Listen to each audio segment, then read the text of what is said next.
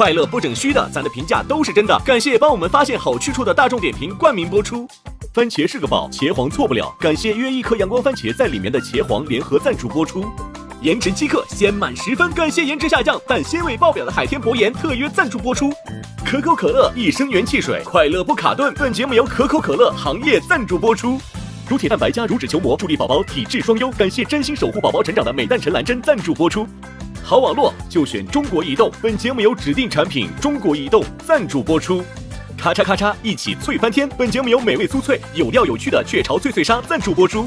托友全国巡演已经火热开启，打开效果小程序参与城市许愿，享优惠看演出。接下来让我们准备开启双擂之战的第2场擂台赛。到底该怎么做一个真正的大人？大人在台上都说自个儿想当回小孩，不然来这儿干啥？如果在台上讲这个段子，他给我转一些钱，那个都不重要，我们只看结果。1元1次方程解不明白，但是拉个朗日中之定理手拿把掐。我心你就是大女。这群庶子，谁敢与朕争锋？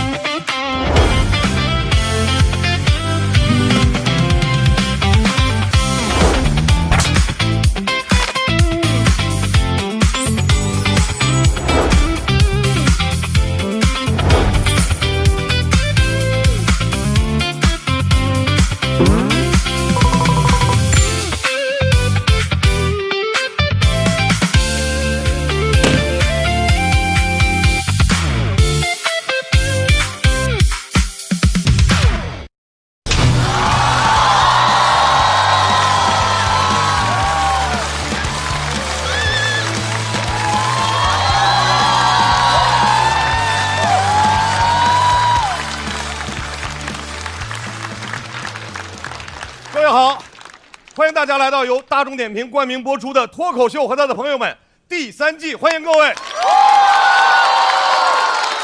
我们现在是第2赛段，第2赛段我们叫双擂之战。再给大家介绍一下这个赛段的赛段规则。本赛段一共有42组选手，结成了14支3人小队。他们在赛前被分成了2个擂台，每个擂台有7支小队。上半场我们将进行第1场擂台赛，7支小队逐一上场。第1支队伍表演结束之后，自动成为本场擂台赛的擂主小队，现场抽取下一支和他 PK 的小队。2队 PK 之后，总分更高的成为擂主小队，继续抽取下一支 PK 小队，以此类推。小队总分最高的成为本轮的擂台赛擂主，全员晋级。而其余6支小队的所有成员全部进入待定局。2场的擂台赛全部结束之后，将产生2支擂主小队。所有的表演结束之后，从待定选手中按照票数的高低补足晋级名额。本赛段一共有35个晋级名额。我们所有校友团的朋友，每人1灯代表1票，但是如果5灯全亮，3倍变成10票。现场我们一共有200位观众，所以满票是210票。这个小队马上要上场的这位朋友，本季年龄最小，刚刚走出高中校园，掌声欢迎风心彤。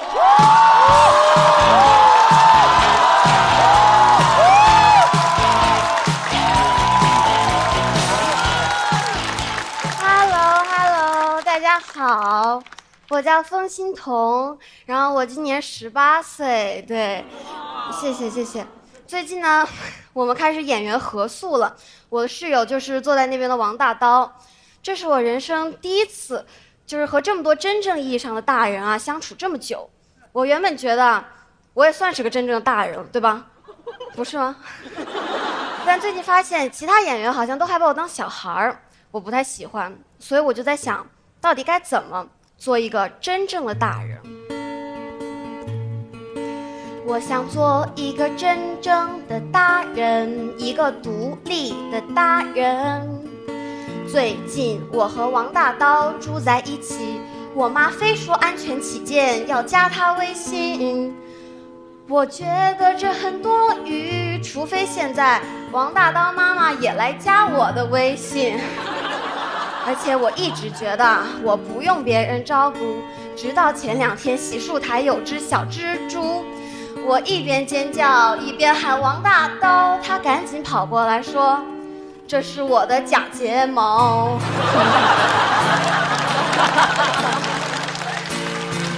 我想做一个独立的大人，所以我还不让我妈来陪我录节目。结果我对她的决心有所低估，她自己学会了报名当观众，真恐怖。终于有一天，我鼓起勇气说：“妈妈，请别再介入我的生活。”她很感动，说 ：“Baby 终于长大，终于可以解绑我的亲情卡。”我说，我是想独立，但不是经济独立。我永远都是妈妈的小 baby。我想做一个真正的大人，一个有钱的大人。记得上次和同学班级聚餐，我主动去买单，因为他们会把钱转到我微信的账户下。而买单刷的是我妈的亲情卡。我真是为了赚钱不择手段，因为我甚至不在他们班。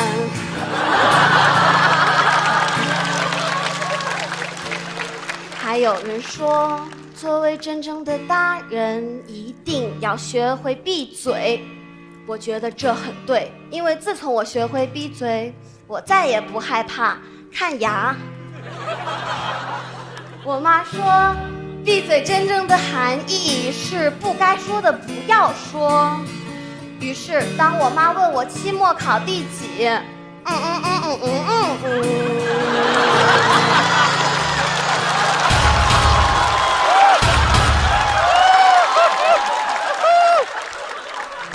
我想做一个真正的大人，所以我得懂人情世故。我不再管小快，叫小快叔叔。我管他叫筷子。我想跟筷子聊点大人的话题，比如聊工作就是个好主意。但当我聊到他开的俱乐部，他1个星期都没回复。他可能是忙。成功的企业家都是这样啊。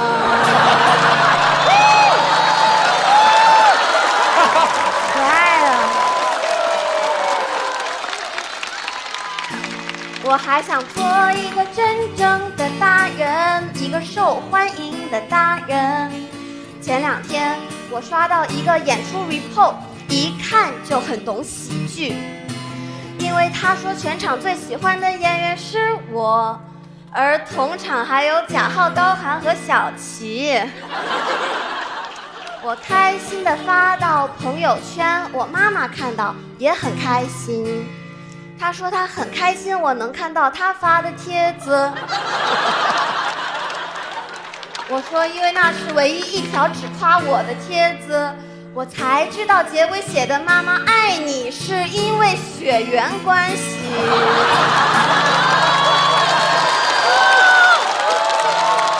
为了做一个真正的大人，我学会炒股，现在已经赚了2万。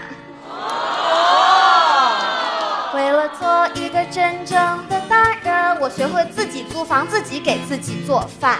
为了做一个真正的大人，我学会自己开车去西藏探险。为了做一个真正的大人，我学会了吹牛，现在瞎说根本不眨眼。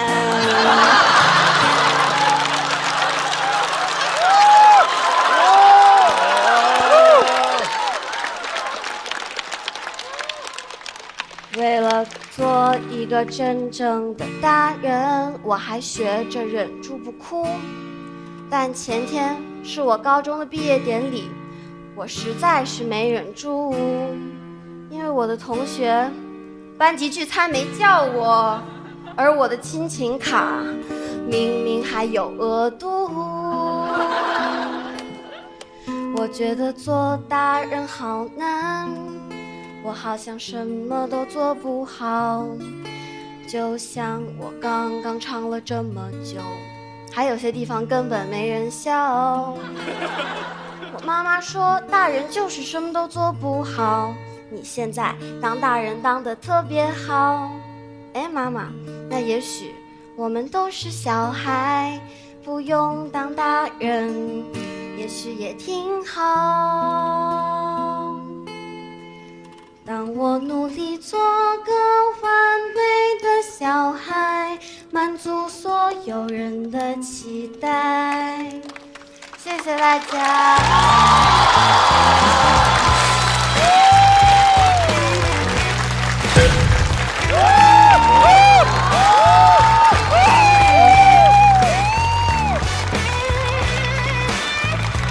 谢谢大家。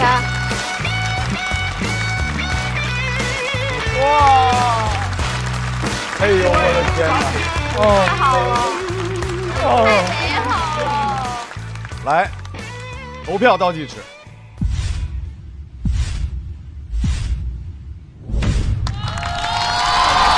谢谢大家。这是我第一次听哽咽了，对对，哇，怎么了？哎呦喂！不，亲情卡老被刷是吗？是这意思吗？刷太多年了，兜里都没钱了，双光老师。因为冯欣彤和我儿子一班大，他们都是今年高中毕业。哎，他唱给妈妈的时候就哇，谢谢。谢谢。王子叔叔想问一下你，你觉得现在自己是一个大人了吗？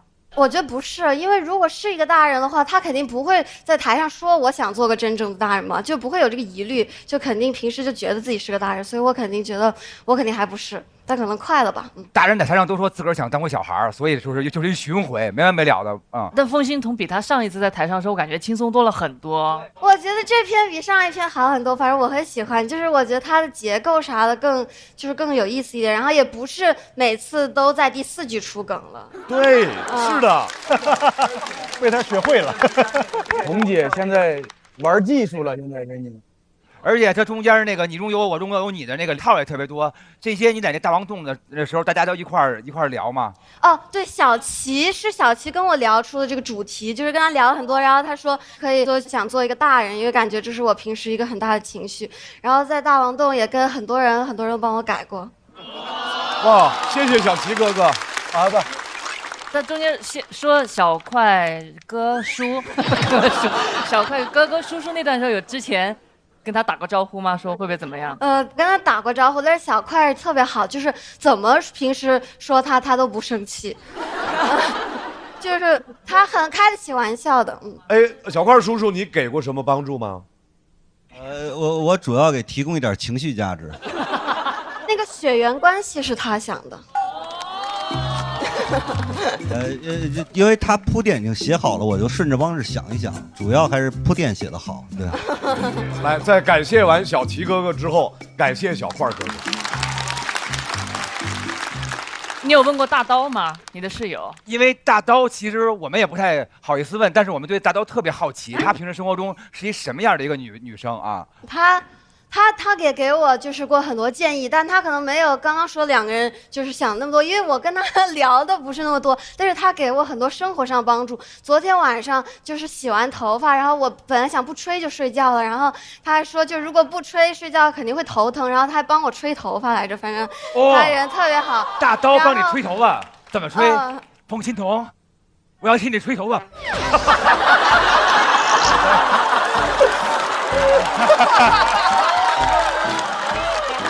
按大刀应该是这样的，这就是大刀的方式。而且我们刚才说大刀绝对不会说那是我的眼睫毛，那是我的眼睫毛。他起床都会说这个世界我来了，就是。也没有这么那啥吧，但是他有一天早上起来之后突然说好生气，就是他突然说气死我了，昨天晚上我以为房间里有电锯杀人狂进来了，其实是因为我磨牙。反正就是挺好玩的吧，他跟他玩得很开心。我觉得很感慨，发现青春之外还有青春，因为最后大家站的就完全是发自肺腑。很感动。谢谢谢谢。然后我有一个问题，你刚刚讲有一个梗，你说哦，我现在已经像大人一样，可以随时都吹牛不眨眼睛。然后前面讲了好几个，你是真的还是假的？就赚2万去西藏什么的？当然是假的。对，我觉得我也是很喜欢鲁豫老师提到的那个部分，就是你先把这些大人骗住了。当你说你炒股赚了2万的时候，大家都窒息了。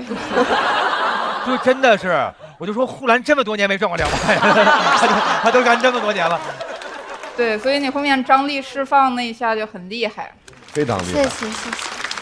太愿意在这个舞台看到青春的力量，同时太愿意在这个舞台看到我们这些脱口秀朋友们在创作过程当中，大家彼此的帮扶和彼此的支持。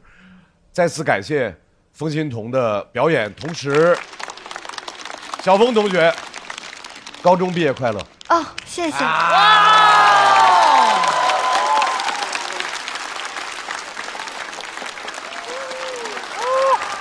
哇！哎呀！是的，这个偷偷抹眼泪的人就是我。今年夏天我从高中毕业了，不过还发生了另外一件大事儿，我认识了很多脱口秀演员，我们住进了大王洞，一起比赛，一起生活。我认识的第一组大人是荒岛人气王，他们是看起来很幼稚的大人，但他们说我们是在这个节目里面被他领养的父母。在我紧张的时候，他们总是会陪在我身边。不过我知道，他们也在承受比赛的压力。我希望他们能一直这么卡通下去。这是高寒，他是一个有点欠的大人，他总是一副不高兴的表情。但我觉得他可能只是累了。他会送礼物给我，追光夜莺，他就是说夜莺是唱歌的，然后我是音乐脱口秀嘛。谢谢高寒哥哥。在舞台上还总是和我打岔，缓解我的焦虑。我给你拿一会儿啊，我看你累了，盲免能拿一会儿不？可以。在我心里，高寒真的很讲义气，很真诚，也很可爱。我来吧。这是王大刀，他是一个看起来有点奇怪的大人，他也是我在大王洞的舍友。他说，有些人可能就是只会被一小撮人喜欢，我觉得他很酷，我很喜欢和他待在一起。但他不希望内容总是在剖析自己的痛苦，都挺讨厌你的。可我觉得他已经很棒了，我希望他能更喜欢自己。企业家最重要的是什么？效率。这是小快叔叔，他是我在大王洞的忘年交，也许看起来有些失败，还被自己的俱乐部裁员了。他说，不要把时间浪费在有意义的事情上。和我的偶像快哥，我真的很喜欢小快叔叔，小快筷子，希望你可以一直做自己喜欢的事。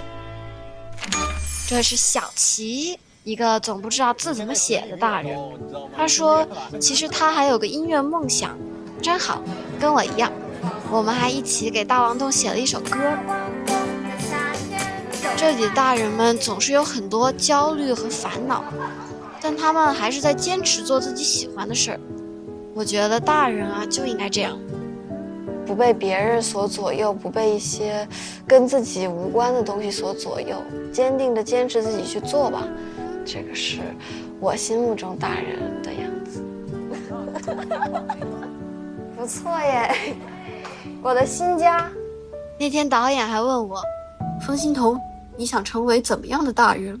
我想成为一个不完美但是喜欢自己的大人。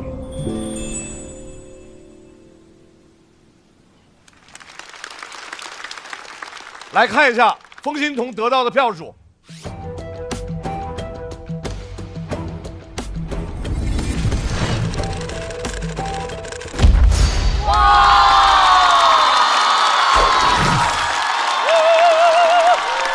谢谢。掌声送给风欣彤。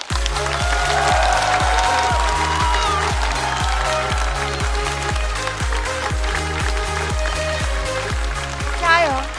马上要上场的朋友，欢迎荒岛人气王。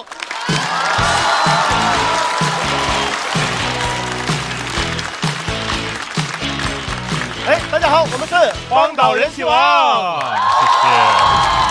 我是乔毅，我是陈晓峰。哎呀，好，想问大家一个问题啊，大家平时喜欢看综艺节目吗？喜欢啊，那肯定喜欢，要不然来这儿干啥呢？有道理啊。对，因为现在看到很多脱口秀演员开始上各大的综艺节目，哇，真的很羡慕啊！对，都有点嫉妒了，都有点。哎，那如果有机会让你上综艺节目，你想上什么综艺节目？哎，我想上那种就是最近挺火的那种旅综。哦，女性综艺节目，旅行综艺。啥口音啊？这是旅行我对这种旅行综艺啊也很感兴趣我甚至准备自己做一档这样的节目。哦，要不要来做嘉宾？说不定还能上几个热搜，火一把。真的可以啊！各位明星嘉宾，你们好，欢迎参加我们这档节目。在正式出发旅游之前，我们会根据各位的性格测试来选一个小队长。乔毅，请问一下你的摸波特一是什么？你问 MBTI 是吧？还能这么读？只能这么读。我是 INFP。ENFP。好的。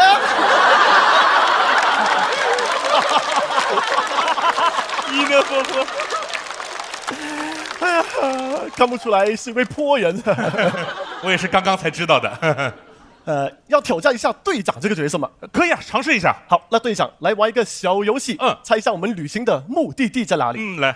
当地有这么一些特色美食。老酸奶、旋风土豆、轰炸大鱿鱼。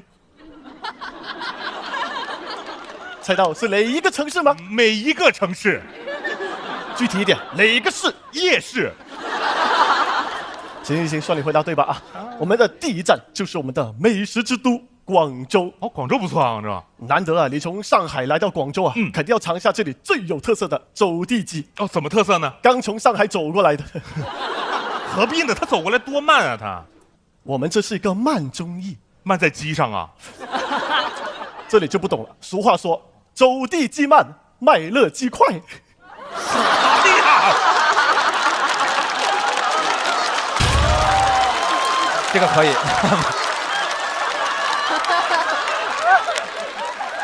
哪儿的俗话呀？这是。哎呀，我们这个综艺节目啊，嘉宾们想吃东西呢，就得分工合作，这是你的任务卡。不是，你任务什么都无所谓，你能不能给我换一个，就更特色一点的美食啊？鳄鱼汤怎么样？鳄鱼汤，哎，行，这个好，这个别的地方肯定吃不到。我们今天就做鳄鱼汤。好，看看我的任务哈，收集食材。太幸运，抓鳄鱼。超有趣的，有趣，无回呀！哎呀，你不用担心做不好啊，做不好也是个节目效果嘛。到时候就帮你上个热搜，乔毅抓鳄鱼，满满活人感。去了不一定是活人啊，这个，你让我抓这个鳄鱼，它大概有多大呢？官方长度是1.85米，实际呢1.75米，公鳄鱼。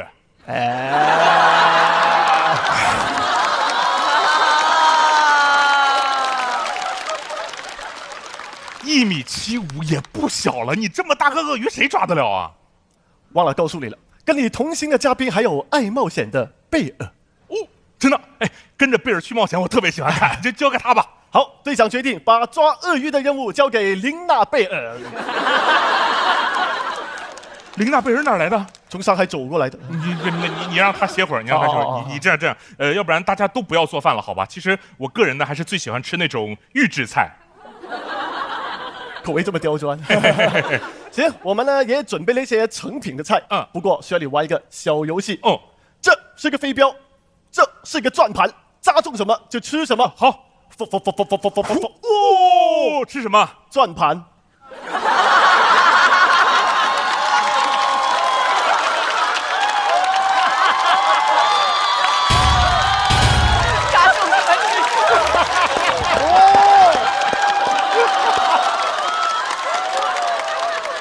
扎中什么吃什么。我可能不太习惯你们的饮食结构，先不吃了，好吧？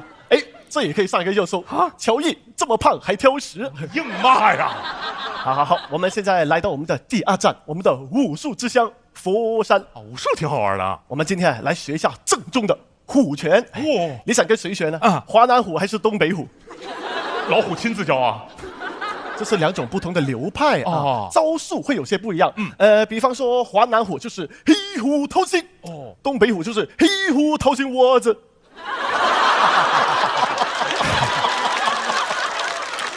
这样吧，我选那个华南虎我不喜欢掏心窝子，我一呢佛坡。能理解啊。选華南虎的話呢，我們全程會用正宗粵語教學。大家好，我哋今日嚟學下正宗嘅虎拳。對，你粵語教學誰聽得懂啊？其他嘉賓都聽得懂啊。哦，琳娜貝爾也聽得懂。人家在香港迪士尼上班的呀。算他敬業。行，我們先看一下你的基本功怎麼樣。先來一個左右中。嘿。老師不是很滿意啊，再給你一次機會，不行的話，老師可能要對你掏心窩子了。別呀！3、2、1，左右中，左右中，當當當當。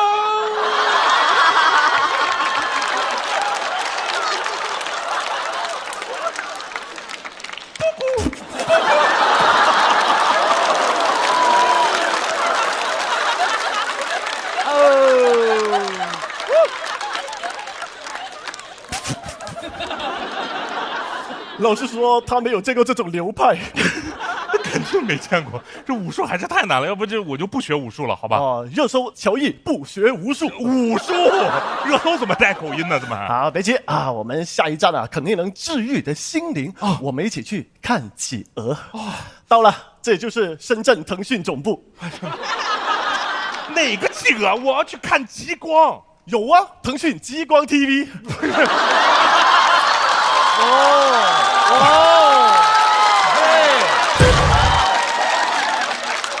不是，我要去那看海豹，特別可愛，還能鼓掌那種。又可愛又會鼓掌的，這裡就有啊。哎呀，我真服了。想學。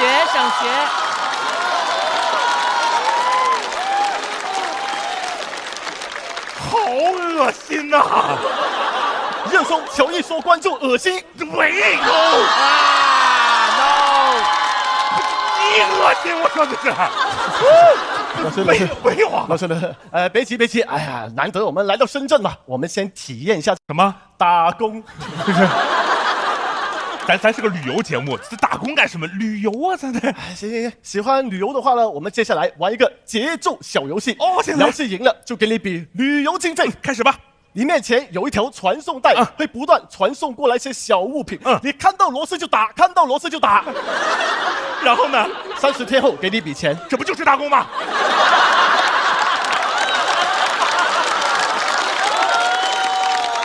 這怎麼是打工呢？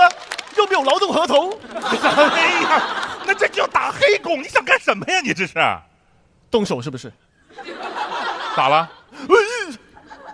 他防我，這喬毅他防了。哎呀，硬造謠啊！你在這兒，你這啥節目？你為了上熱搜，為了火，我們節目嘉賓的名譽你就完全不顧了？對呀，不顧啥呀？這是。好，謝謝。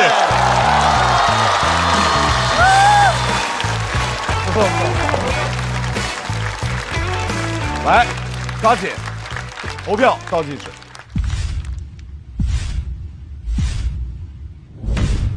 再次掌聲送給兩位。謝謝。二位，你們自己有覺得比去年和之前的狀態好嗎？有，因為去年確實也沒待多久在這裡，沒來得及感受，是吧？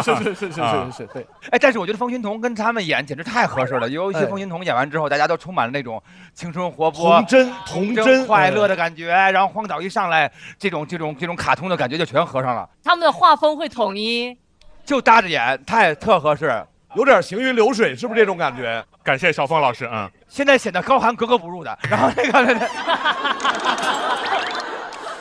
所以就刚刚张老师这个问题，其实还有一个原因，就是今年是一个团队赛的赛制，我们从一开始就跟我们的小峰老师要去合作，就是确实给了我们很多的一个表演的动力嘛。我们老是说我们上来就是联欢晚会，就是开心，曲苑杂谈。对。这就是说，大家不追求，就是一定要听点什么的同时，然后你们就会成功。是，就是这个道理。我就看着你们那个大家喜欢，我就觉得特别的开心，特别棒。你看漫才兄弟优秀到什么程度，都可以上春晚了。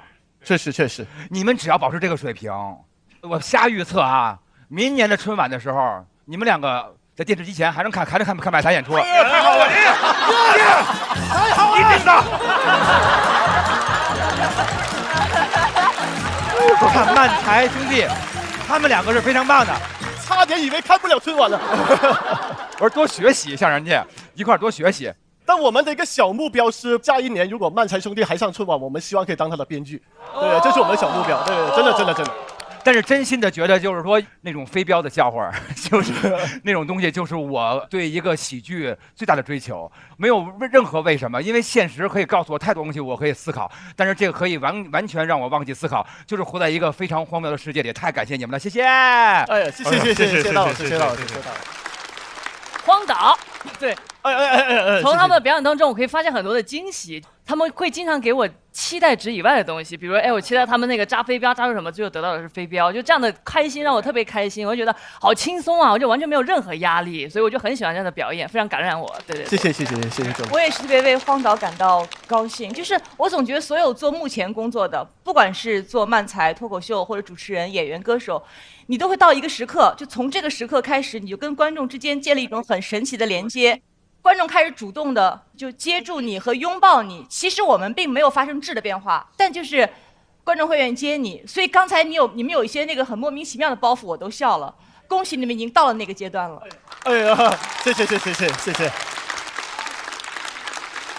哦，我不懂漫才。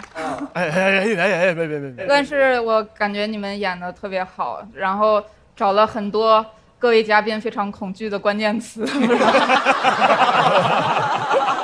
就说哎呦乌鸦嘴，组合在这个漫才里，然后很多正能量，意外的在漫才里获得了很多正向的节目剪辑技巧。谢，上点价值啊，很棒啊，恭喜你们，越来越棒，太棒了！来，风心彤、高寒回到现场，同时我们也贾浩、大狗、阿赛回到现场，这个有的拼啊！这感觉我觉得氛围挺好的。这个也许能拼一点，有悬念。197、198就过了。他们196就翻了，就赢了。哦，这个还有点悬念。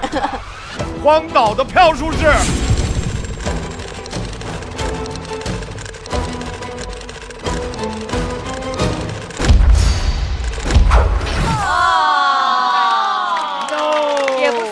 还以为会差一点点啊，很高了，很不错。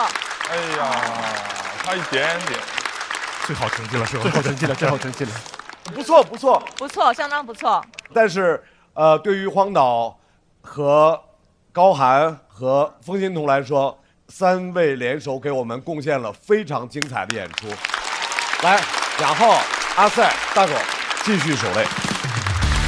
我告诉你们，我已经把我手卡都拿过来了。哎呀，你看，还挺瞅着。其实给了我们一些自信，在这个舞台上也开始慢慢的找到了鲁豫老师说的跟观众的小链接感。我觉得荒岛人气王今天也特别好。对，笑死我了。给到2个行，笑死我了，2个行情，好，特别好笑。其实我觉得小峰今天的表演也非常的厉害。他虽然一直说自己很紧张，但我觉得他今天表演是更自如了。荒岛人气王，我们第一赛段也是队友嘛，然后他们即便在自己紧张的情况下，也很愿意用一种高能量去鼓励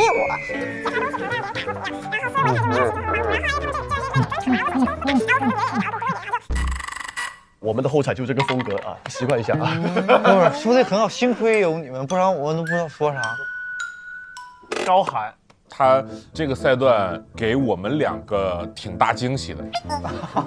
本来以为高寒是一个那种很阴暗的，缩在角落里面，但是没想到他居然到处给人改稿。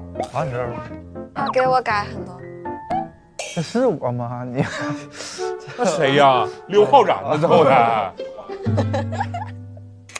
这个你不应该。我觉得高寒是他会下意识的去跟别人聊稿子，他以为是在闲聊，但其实他在这个过程中其实给了很多人帮助。别人 QQ 号干啥呀？这个听着有点妙。大杂居小聚居，你可真是一个小聚居呀！这个逻辑应该是真正给孩子，大人会嫌弃。相信你自己。行，你有一个品格叫善良。哦，勇敢乐观。东北文艺青年高寒，我其实真的挺开心的，我跟他们在一起，我非常的放松。直接贿赂啊！我告诉他别讲这句。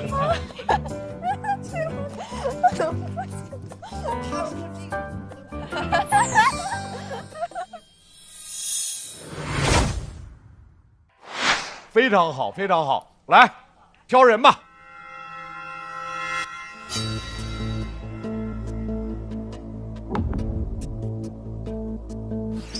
看是谁呀？阿赛挑出来的对阵组是赵越、粽。哦，被抽到的空类小队，赵越、粽子、林琛。赵越很厉害的。让我们欢迎我们的老朋友赵越。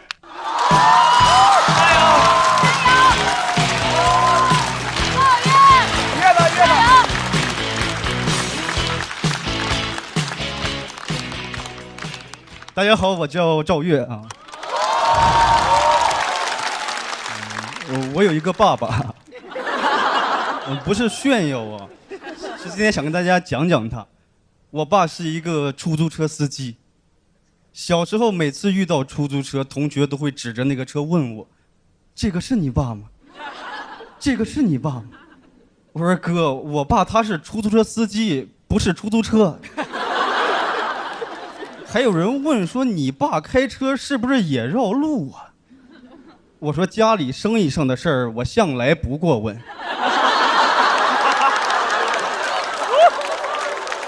我爸没有给我讲过工作上的事儿，他只说过他这辈子走了不少弯路。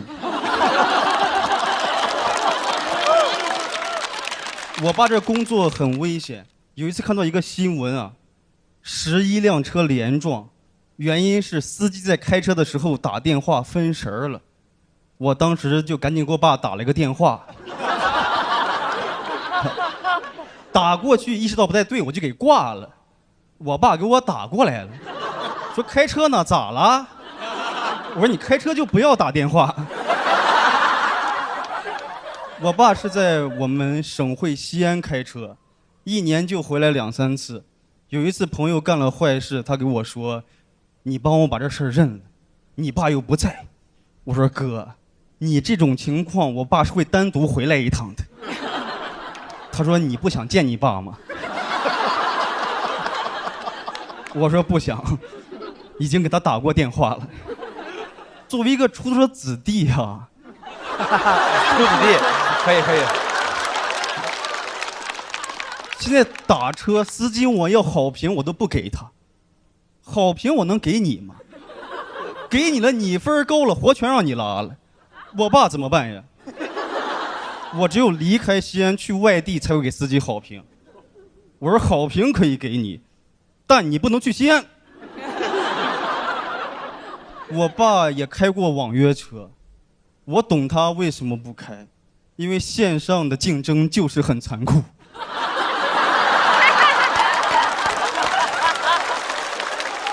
我爸跟我说：“爸，这些年也没有挣到什么钱，你怪爸吗？”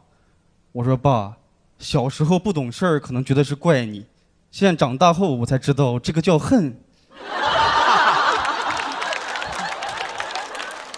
这个是开玩笑的，不恨他，我对他很愧疚。复读那1年，我就花了我爸3万多，考上了大专。我给他打电话，我说：“爸，我对不起你。你挣钱也不容易，都是一块一块挣的。”我爸说：“你说啥呢？爸起步价就8块。”我和我爸不太熟，2人在一起没什么话讲。我们家好像是祖传的没话。我爸跟我爷也不说话，我爸给我爷上坟烧纸的时候都不说话。上坟烧纸都是要说话的。爸花不够再给你烧。我们俩就跪在那儿纯烧，跟忏悔一样。不知道还以为这2把人杀了。全程我爸就说了一句话，但我接不住。他说：“你爷要是没死的话，应该还活着。”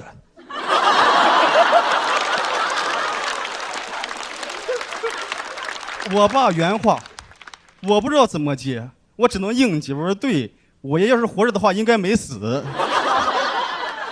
我爸一直低着头，感觉有个地缝他都想钻进去，但他应该不敢钻，因为他跟他爸也没话。我跟我爷话就挺多，我俩有共同点，都跟我爸没话。有一次我爸回来发现我跟我爷正在聊天，他愣住了，他发现爸爸会说话，儿子也会说话。我爷给我说他很后悔在我爸小的时候对他太严。隔代亲其实是爷爷给爸爸的一封道歉信。我也想改变我和我爸的状况，今年除夕就我俩在家嘛，我就想如果我连我爱你都能跟他说得出口的话，那之后说什么都不是问题了。但那天太紧张了，说成狗叫了。我说爸，问。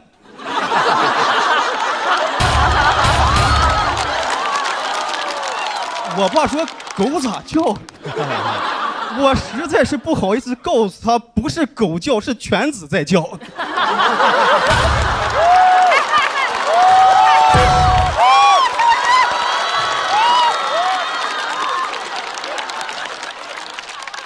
把我尬的是实在是受不了了，我就把电视打开看春晚，真好看。家里越尴尬，春晚就越好看。一下抚平了我内心的伤痛。网上有人说春晚太尴尬了，不行别办了。过年多和家里人说说话不好吗？不好。跟家里哪有那么多话说呀？相谈甚欢的家庭就不懂春晚的好。春晚就是我的阿贝贝。过年我爸送我去上班，我俩都是正常人啊。但在一起就傻得冒泡。那天我俩在车里是说一句就后悔说一句。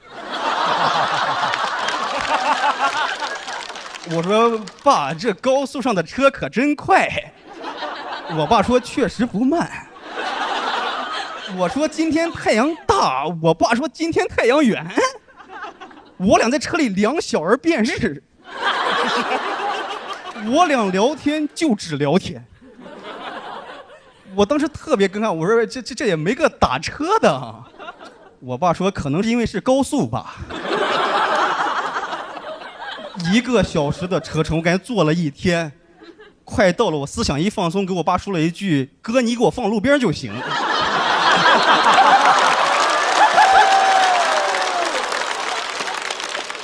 我爸也套公式了，说：“那你要发票不？”又尬住了。我爸跟我说：“你有事多打电话啊。”我说：“爸，你开车别打电话。”我爸说：“好，那你好好吃饭。”我说：“我最近减肥呢。”我爸笑了一下，一脚油开走了。我看着他的那个离去的车影，我突然感觉好像没话也不用硬聊，能一起走段路就挺好。谢谢你们，我是赵越，谢谢你们。脱口秀大文学时代。打我！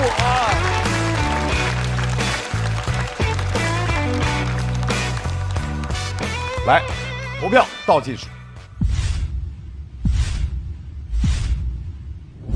再次掌声送给赵越。赵越一直有很多是讲自己的亲情，你是觉得自己擅长这个题目？是主要是不擅长别的，就是。而且因为我上一篇是讲我妈妈，然后这篇想讲我爸，因为我很怕他回去之后你怎么不讲我呀？这其实上一个节目很难的，所以我就说第2轮一定要先讲讲他，做子女的一碗水端平。但是重点在于，其实你爸也不会说这句话，是你还是禁不住要去这么干。是你会觉得妈妈都说了，然后爸爸一定要说，而且那份深情已经超越语言。因为我说爸爸我爱你那个点是非常扎我的点，在于我之前录完一个节目，人家那个嘉宾因为录节目，他就说了爸爸我爱你了。我当时就看着我说我也要回去跟我爸说爸爸我爱你。我回到家之后，我就看见我爸，我说那个爸，然后我爸说你把拖鞋你把鞋脱那个鞋，然后就开始跟我说一大堆别的，然后算了，我不能说这段，好的，我不说这段。然后因为对于我来说，我提不了这些事儿。然后但是重点就是在于我很多回想跟我爸说我爱你的时候，然后我爸爸突然有一天跟我说，他说我知道。我以前一直想不明白，就是说如果我跟我爸说不了我爱你，我爸也没跟我说过他爱我，然后这件事儿是他为什么不表达呢？然后也是录节目的时候，另外一个人问了他爸爸，他爸爸说我觉得我对你的所有感情也超越了所有的语言。好。对，就是说，你说出来我爱你那个时候，感觉那个感情已经就淡了，因为他说咱们的感情已经浓到根本就不需要说我爱你这3个字了，然后他是超越那种语言的，所以当时我就会觉得哇塞，你说这些点，你知道你在演的时候，我跟周深说又要来了，要说扎我们那些点了，扎心了要。对，但是他处理的挺好的。对，尤其是爸爸送他那段处理的特别好。对。那些出租车的那些点，出租车真的很辛苦啊！爸爸那个每天开出租车，我之前我看见北京出租车师傅多辛苦啊，特别辛苦，打个车赶紧问人家说王府井去嘛，然后师傅说去，我说你好好去啊，路上小心点。你给人家生活添点乐子，咱也不做，就是嘘寒问暖一句。我很喜欢赵月这段表演的点，其实还有就是，因为虽然我跟我爸关系很好，然后我有很多要说的话，但是，也说实话，见面很难说出什么“我爱你”这种话，就是实在是难受。是，但我很感谢有个东西叫表情包。之前我爸给我回过那种，就是他可能不懂，就上面写一个呵呵什么的。我说爸，这是不礼貌的意思。我爸说没错，我知道是这个意思。我其实特别爱跟打车的师傅聊天，对，就是如果万一我去西安，我打到了那个叔叔的车，万一我能跟他聊一会儿。那你小心他绕路吧，这是。我一聊，没事儿，一起走弯路，没防住。其实好像不是光中国式的父子是如此，哎，对，你去读所有的男性作家写的父子之间都有一堵可能是透明的沉默之墙。然后我记得有一次那个卡夫卡他说他写的每一字，他说我写的每一个字都是为你写的，是父亲，说都是写的是你，说好像在哀悼我在你怀中没法哀悼的东西，就是这是一个永恒的主题，最终就是很遗憾。表达的永远会比没有表达的要少很多很多。有些时候都不知道跟他说啥，因为就是哎呀，我有时候你比如说我现在想他了的话，但是没啥事儿，我就不给他打电话，因为你不能说打电话说哎我想你，这是我只有有事儿才能给他打。其实也没事儿，能感受到。你爸一定能感受到，你不用说什么都不用说，你爸也能感受到。我也一直都非常喜欢赵月，然后他每次段子都会让我觉得，不知道为什么默默的他会勾起我内心深处的那种就是愧疚感和一点点亏欠的感觉，因为我感觉得到我爸爸妈妈他们在期待我去说，但是我又觉得中间就是有这样一个时差，真是，而且好多亲人之间是感觉你有一肚子话想跟他说，对，一见他面你感觉说什么都是多余的，对。所以我觉得赵月的这样的段子对我来说很有意义，就可能他在冥冥之中，他又给了我一个勇气，可能就在某一刻，我再想到这个段子，或者再想到某一刻的时候，我说：“哎呦，爸爸，哇！”对，我觉得那也是非常幸福的一秒。对，我觉得就是可以通过脱口秀来表达一些当面无法对父亲表达的话，是非常美妙的一件事情。而且因为你笑点安排得很好，所以大家都被打动了。因为如果完全是沉重的东西，好像大家也很难被调动这个情绪。但赵月做得非常好，所以很了不起。谢谢你的直系亲属喜剧。行。我爸爸没什么话聊，是从小就没什么话聊吗？是，当时他觉得我内向，我当时也觉得自己内向。我印象中，我爸教给我的第一句普通话是美极了，就当时是忘记是吃什么饭了，他说这个好吃怎么说是美极了，美极了，至今没用上。有没有想过去向那边靠拢？有次他送我下车之后，我说那个咱抱一下吧，然后就很僵硬的抱了一下，然后发现也没有什么进展。你跟你爸爸见面的频率怎么样？1年也就1、2次吧。如果你1年看我3次演出的话，那咱俩见面的次数就比我爸多。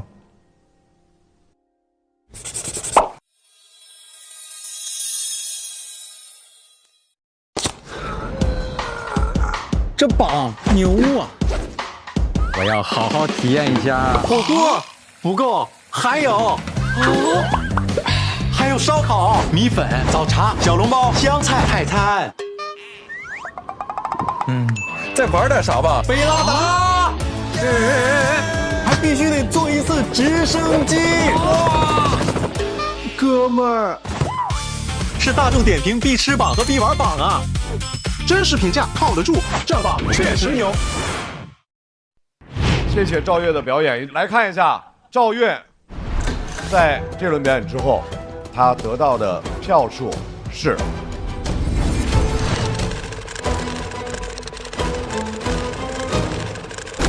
哎呦，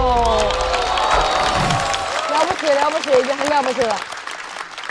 不错的分数，184。来，赵越回到队友身边。加油，粽子！加油！下一位要上场的朋友，一位新人演员，但是在上一轮给了我们深刻的印象，深情饱满，掌声欢迎粽子。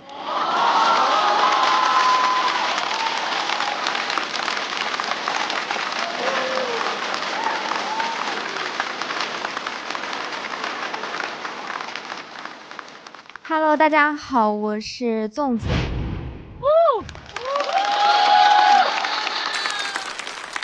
大家应该看得出来，我也有一个妈妈。也不是炫耀，我妈这人记性很差。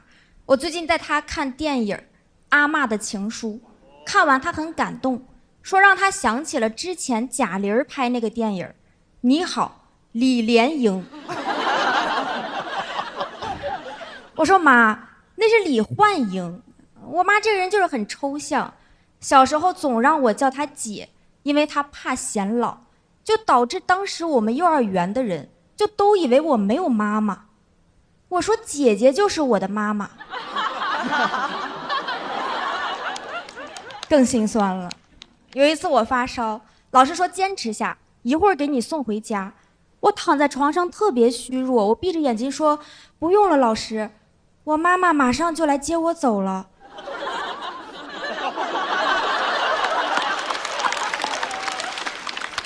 老师说啊，她已经在这儿了，你再坚持坚持。我妈真的很抽象，你知道我妈会给各种东西起名字，我妈甚至会给我的耳朵起名字，我的耳朵叫小福宝。她说这个秘密只有我俩知道，但这个秘密后来我跟同桌说了，因为我这人左福宝进，右福宝出。当时班里有人总欺负我，揪我耳朵，我就告诉我妈。第二天我妈就领着我找到她，说你看你给粽子揪的，一个福宝大，一个福宝小的。我说妈妈，这不是秘密吗？老师说这不是你姐吗？我妈说粽子这不是秘密吗？哦，听懂了，听懂了。我妈跟其他同学的妈妈很不一样，我从小就发现别人的妈妈会把最好的留给孩子，我妈把最好的留给自己，给自己买衣服去商场，给我买衣服去批发市场。我问我妈我衣服是什么牌子的，我妈说是国外的牌子 Supermarket。 我之前面试失败，打电话跟我妈哭诉，我妈也特别着急，一直说来不及了来不及了。我以为我妈是在为我的前途着急，结果我妈说好了好了，妈妈要去跳舞了。我哭得都喘不上气了，我说你要跳舞吗？你不伤心吗？我妈说当然了，每当浪潮来临的时候，我当然也会伤心啊。我听出来了，我妈买了条新裤子。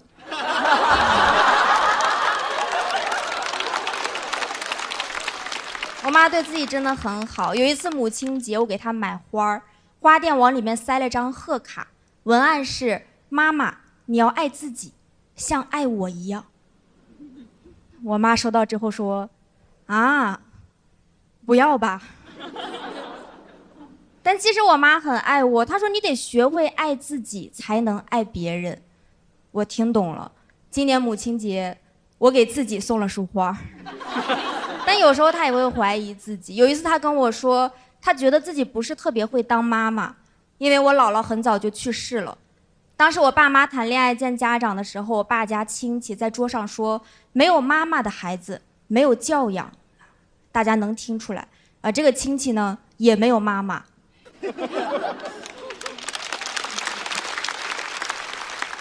我妈认为没有教养就代表她可以做一些没有教养的事儿，所以那天走的时候，那个亲戚一个福报大，一个福报小。那个亲戚也再也没有说过我妈没教养，只说我妈下手没轻重。后来我爸妈还是结婚了，因为当时已经怀了我了。我妈觉得结完婚肯定就能拥有一个完整的家，而且我爸对她很好。结婚之前，我爸说找老婆就要找一个温柔的、漂亮的、可爱的。我妈特别开心。结婚以后发现我爸真的找了一个温柔的、一个漂亮的和一个可爱的。有一天我妈终于忍不了了，就决定带我逃离原生家庭去内蒙古。绿皮火车上，我妈扛着几大包行李和一个小小的我，也就是一个完整的家。我们当时甚至都没有票，她说咱们先上车后补票。可以看出来，我妈对待火车和婚姻是一个态度。没有12306，补票的人特别多，我妈就让我装病，说能快点。乘务员问我什么病，我急中生智，脑子里突然出现了一个声音：我有灰指甲，一个传染俩。我妈赶紧跟乘务员说，脑子有病啊。到了内蒙，面前是空旷的草原，旁边是紧紧牵着我的妈妈。她说她找到工作了，去当保姆，包吃包住，什么都包。我当时觉得内蒙古真好，蒙古包。我很开心，我也想当保姆。我以为保姆就是保护母亲、保护妈妈，结果我妈说保姆是给人家洗衣服、做饭、带小孩。我说妈妈，你怎么又要结婚了？我们会一起擦地，我妈用大抹布擦，我用小抹布跟着擦，从天亮擦到天黑，因为我的抹布是用完没洗的。雇主看见了，感动地问我说，小朋友，你长大之后想干什么呀？我说想让妈妈不用擦地。雇主更感动了，第二天差点把我妈辞退了。但我后来发现寄人篱下真的还是挺难过的，因为那家的女主人真的很没有礼貌，我每次午睡她都要进来，我跑去告诉我妈，我妈说让我回自己屋睡去。小时候其实我不懂妈妈为什么要带我去内蒙古，直到我开始讲脱口秀，我才明白，可能那时候她就知道内蒙古未来会出现一个著名的脱口秀演员粽子。今天我终于站在这个舞台上，我这个段子其实有一个很过时的名字，叫妈妈，人生是旷野。6岁的我在内蒙古看到草原的一瞬间，想的是旷野，人生是妈妈。讲到这边，谢谢大家。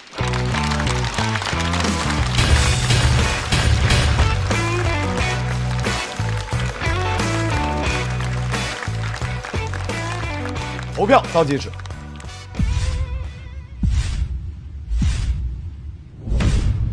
再次掌声送给粽子。为什么会想去内蒙古呢？因为内蒙古灰尘真的很大，很难找到比内蒙古的地更难擦的地了。粽子其实每次都会给我们介绍一个身边的人物嘛，就跟一般的演员一上来讲共鸣什么的不太一样，就想问一下你为什么会这样创作？我一开始也以为大家会有共鸣，其实。我今年想的是，可能我就是想写3个我身边的女性角色啊。第一个就是上一轮给大家介绍的我的芳芳姐，然后这一轮想给大家介绍我的妈妈。我本来就是想，如果有机会的话，想介绍我的妹妹啊，她现在在西藏当那个流浪歌手。就我在他们身上都看到了一种魅力，就是他们其实都是敢于去离开一个地方的。我觉得粽子的语言一直都是很有诗意的，而且你的舞台风格和形象也特别清新。但这个风格可能就是在比赛的时候有一点吃亏，因为就是能量一下子没有那么强。但我觉得也很有特色，还是挺好的。谢谢梁老师。我非常喜欢粽子这个女性系列。其实听到这一段，我已经感受到了她绝对不会只有2个女性，因为从上一轮的讲芳芳。那一轮的芳芳给人一种感觉很是贾樟柯电影似的，然后这一轮如果你要是把内蒙换成阿勒泰的话，就完全是我的阿勒泰风格的。但她所有的女性那么不同，但是内核特别相同，就是好像命运多舛，但是有极强的旺盛的生命力，而且极其有生命的活力。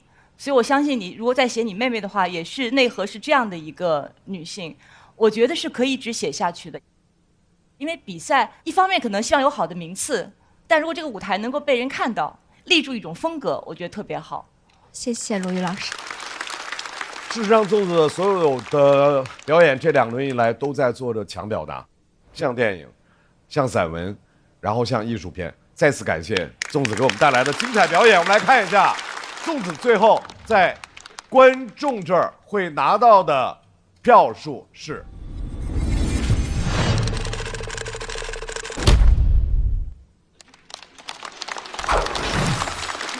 掌声送给粽子，粽子可以回到自己的队伍，等待着队伍的下一位成员。这个小队派出的最后一位是一位00后新人，让我们掌声欢迎林琛。谢谢林琛。Hello， 大家好，我叫林琛，大家好。谢谢大家。我想跟大家聊一聊学生时代的事儿。我从小学习就很不好，去到一个特别偏僻的高中。我同学问我林琛，你跑那么远是去哪儿呢？我骗他说去留学。他说你去的哪个国家呀？我说国家，我去的韩国、楚国和秦国的一个交界地带。那是一个只顾着赚钱的民办高中，衣食住行上各种克扣，食堂的饭里总是能吃出来苍蝇。我有一次吃出来，我叫阿姨过来，我说阿姨你看这什么？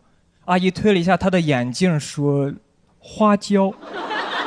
朋友们，首先我不明白为什么白米汤里要放花椒，其次就是那个花椒还在我的汤里面游呢。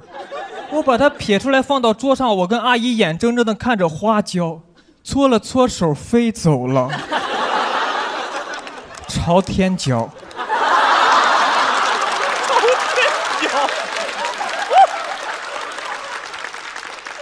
就阿姨看到这儿才给我换了一碗，我喝到底了。我说阿姨，花椒。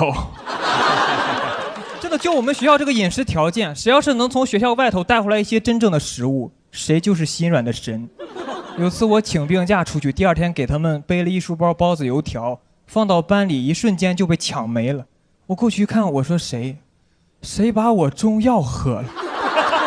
我那同学过来说没事，林琛你再请假出去开点儿，这次开点儿清热的、去火的、酸辣的。我说行，你喝了没事，那这样吧，你给我点别的东西泡脚。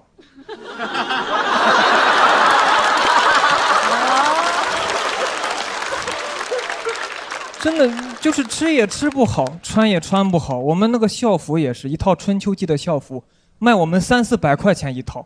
我从来没有花过那么多钱买过那么丑的一件丑东西。校服的配色为什么总是蓝色、绿色、黄色？你远看像一排共享单车站起来了，而且质量也特别差。就校服那个拉链儿，一次性的，我拉上去之后发现拉链还在我的手里。什么意思？校服发下来就只有一次机会选择，是穿开衫还是套头衫？这个好，这个好，这个好。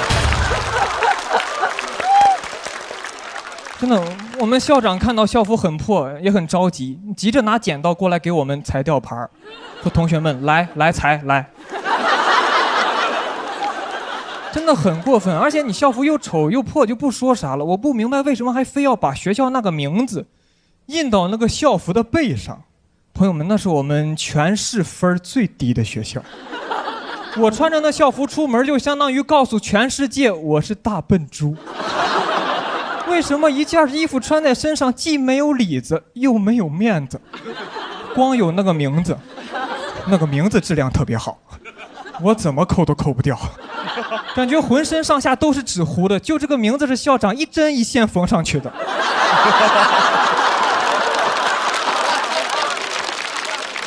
我就真的很想找校长商量商量，我们能不能各退一步，就是你把校服上这个字儿给我刮掉，我给它纹背上行不行？实在不行给我们校服配个面罩也可以，这样我穿校服就不会自卑了。虽然他们还知道我是大笨猪，但不知道我是哪头。真的，我们老师也觉得我们笨，平常上课也不怎么管我们，说我们都是刺儿头。我们出去就对外说我是学校里的尖子生。我觉得尖子生和刺儿头那不都是一个形状的学生吗？我们这些孩子聊起天来也可以说是谈笑有白丁，往来无鸿儒的。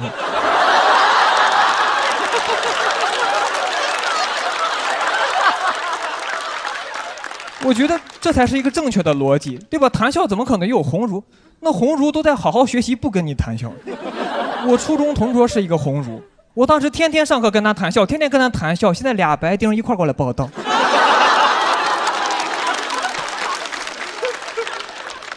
谈笑间，鸿儒灰飞烟灭。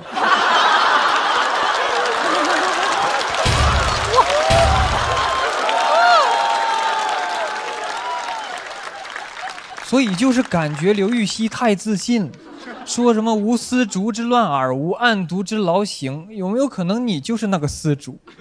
无案牍之劳形，说没有官府的公文使他身体劳累，那你不没考上公务员吗？你没考上公务员就没有那公积金，这就是他丝事漏失的原因。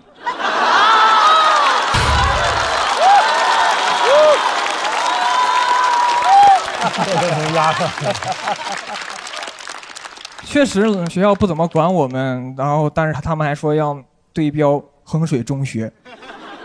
我们学校跟衡水中学的区别就是一个是河北衡水，一个是恒河水，这水也太浑了。但他们特别会包装自己，弄了一次什么6校联考，我们学校排名第1，我都不知道校长从哪儿找的那5个学校。我说怎么还有高手？那叫学校吗？欢乐谷。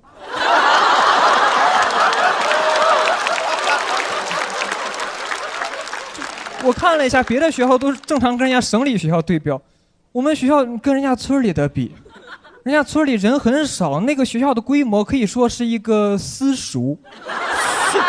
我们学校一大堆人用人海战术跟人家比总分，那能不赢吗？而且都已经这样了，校领导觉得还不够稳妥，题都是我们学校出的，出完了题还要给我们押题，真是神了，全押中了。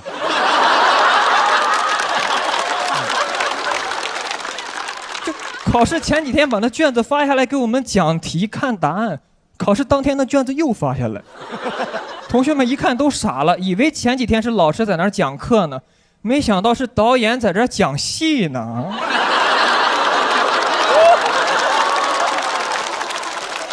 这次考试结束之后，班上一大堆孩子都得了进步奖，老师也假惺惺的夸我们说你们都是祖国的花朵，那花朵也是分品种的，我们这种应该属于昙花。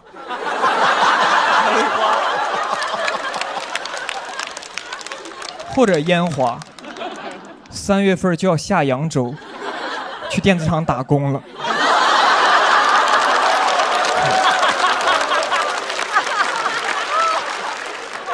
然后老师还给我们每个人都发了一张奖状，那就是封口费。回到家，我爸也很性情，把那墙纸一撕，把奖状贴上去，说林琛，这以后就是你的奖状墙。我说应该用不着，而且一个20平米的大墙上就贴一张 A4 的奖状也很奇怪，你就感觉是怕墙着凉给他肚脐眼盖住了。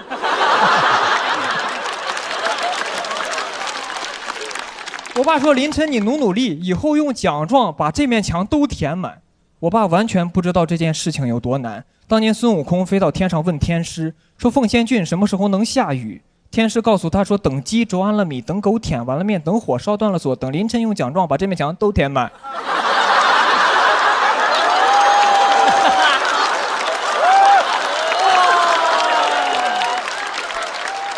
后来的每一次考试，我都让我爸知道了，有一种中式美学叫留白。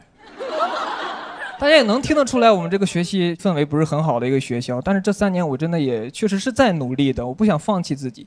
所以高考的时候，我还是考到了年级第3，上了一个好大专，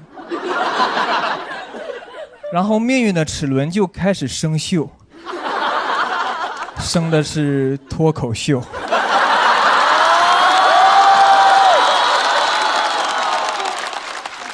去年我参加了一场线下的脱口秀比赛，拿到了我人生当中第1张真正的奖状。今年我终于把那面墙填满了，凤仙郡下雨了。谢谢大家，我是林琛。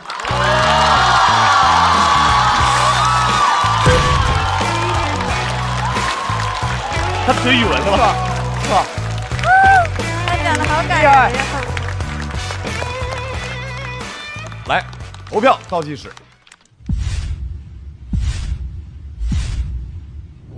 掌声送给林琛。您那个说一下争那秀，那个奖是比的哪个赛啊？挺幸运的，就是通过线下的一些比赛，可能会先被大家看到，然后才有机会走上这个舞台。我刚开始也是在那儿验票呀或者什么的，一边上开放麦，对，然后打工，然后就半工半读，半工半脱口秀，对。半工半脱可以啊，哇，听上去很合法啊，很棒。然后呢？然后就慢慢的就演出费从50涨到100，涨到150，涨到200，涨到300，然后慢慢的又去参加一些比赛，然后最后就站到这儿。真是哈，就一步一步的就这么走出来了，就是一点一点磨出来的。因为他这种学校，以前我们学校，因为我上职高的时候，学校也是反正挺乱。你上的是职高啊？我上的职高。你们学校门口有那种倍儿来劲的那种，就是是不是也有那种比较狠的那种小孩儿？就是有，那遍地都是，遍地都是。哎呦，我去的时候可怕了，他们跟我说有一个孩子叫独眼龙，然后说一定要小心他。我说为什么？他说因为他容易撞到你啊。然后呢，然后但是什么玩意儿？嗨，但是我就是说，这种学校里其实有很多这样的经历。以后你还会在这个脱口秀里讲吗？我可以再写一段试试，就还有很多没有讲的。我觉得林琛这段特别好，特别好。首先有一点很打动我，就是谁能想到继小四爷的《陋室铭》之后，还有人能翻出新的花来？对，就是你是发现永远都是，千万不要怕什么素材枯竭或者梗再翻不出新花来了。只要角度不一样，真的，刚才这点特别打动我。然后刚才黄子问我说，他中学一定语文特别好，真的。他上一轮我记得讲了周敦颐，对，然后这一轮我们都已经乱了，语文各种内容已经非常杂糅在一起了。就是他的视角很独特，因为他有充沛的表达欲，就是可能年轻，离那个中学的距离没有那么的遥远。我特别希望你能够把这个内容再去挖掘一下，肯定还有很多是可以挖的。是的，是的。我总有一种感觉，林琛像小高寒一样的。哎，不是，高寒是小林琛现在。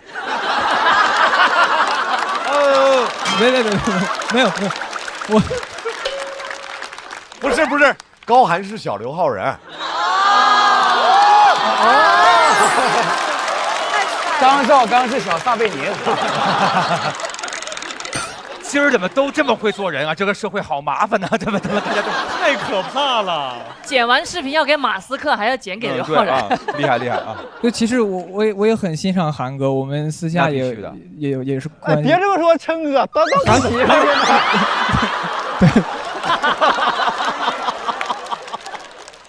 我们也会互相看看稿子什么的，我挺喜欢他的风格。突然认可了对方。你很擅长用那个语言节奏把观众情绪推起来啊，还是挺厉害的。文派啊，非常棒。谢谢老师。来吧，3位，欢迎回到台上。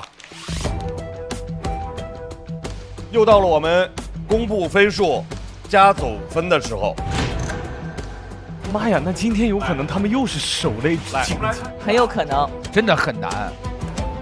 我们来看一下林琛的得分，没有，以及这支小队打出来的分值。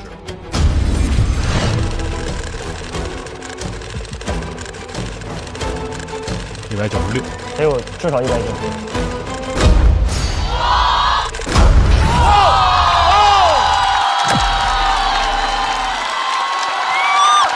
太棒了！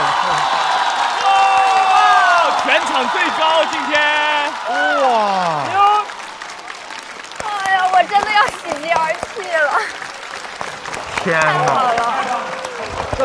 这不就行了吗？对吗？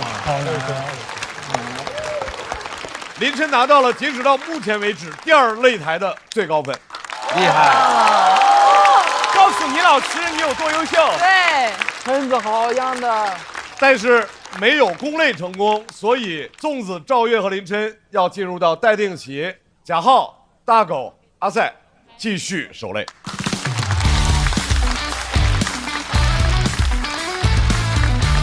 我告诉你，这一场之后他就会特别自信了。是的，他会更加放松，他就会完全就会不一样，他就会有那种熟悉感了。对。林琛那个票数出来的时候，真的挺激动的，就是也为他开心。我要分享一个那个细节特别可爱，就是因为我演完就是演得很差嘛，我就用笔在自己手上画了一朵小花，然后因为我觉得没有人给我鲜花跟掌声，赵月特别可爱，他就用手指给我比了一个花，他说姐你看花，特别可爱。送你朵花，太可爱了！哎，你的手真的很像花哎。草原上的花儿吧，哈哈。花。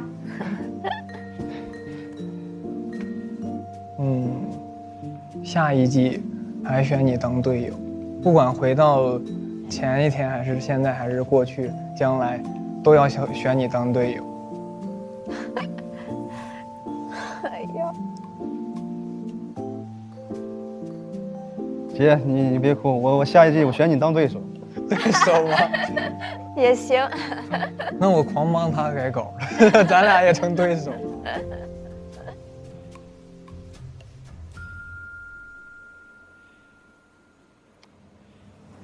是一个什么样的夏天？大王洞的夏天啊，是小妖怪的夏天。我喜欢小妖怪的夏天。是吗？还是要聊一聊。哎，这个多这。哇，你这个好清晰啊！这好可爱。粽子稿，这个是我画的你，然后定制的一个小样。没什么大愿望，没有什么需要的。不是很舒服是吧？林琛就很像我们的傻弟弟，然后月月是大一点的弟弟，然后我是姐姐。大家都挺喜欢你的。是你在节目上的第一个夏天，也是缺了一块的夏天。我觉得已经是一个完整的夏天了。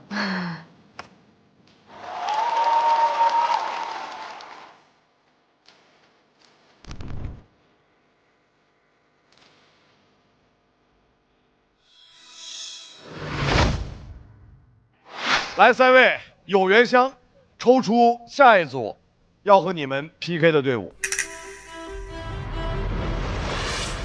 我觉得就是咱们。是我们吗？我们吧。浩哥，抽我。抽我。吕博伟，吕博伟。耶，终于轮到我们。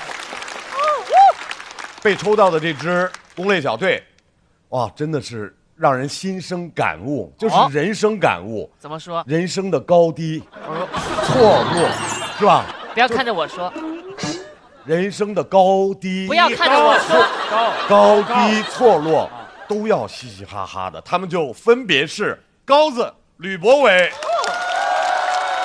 低调陈火腿，严肃法务孙鑫。我觉得他们有希望，他们可以。觉得我不聪明吧，觉得我傻，因为长得高，我3米，然后声音又是这种，性格也比较温和，很少发脾气。吵就是话多我身边有一些朋友会跟我开玩笑，说我在训练营到处找别人聊天，有没有可能人家嫌你烦，人家不说？我是一个偷偷摸摸做自己的人。越痛苦，你越想抓住，就越抓不住。这个问题我没有做好准备。我觉得我们3个风格大相径庭了，对，就是我特别浅，然后孙鑫是特别深，然后腿子就是特别细致。我感觉这么说其实好像也挺互补。我们是不是3个人可以写一篇稿？这么看我们就是可以各自为战，然后还有能整合的小组，聚是3团火。散是满天星。首先上场的这位朋友，让我们掌声欢迎陈火腿的好朋友吕博伟。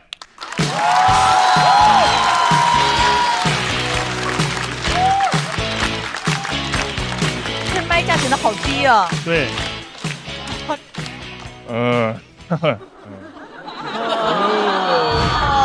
嗨哎呀，抽到我开场真是命运使然，很好的寓意。我们一场下半场比赛，咱们高开高走，怎么样？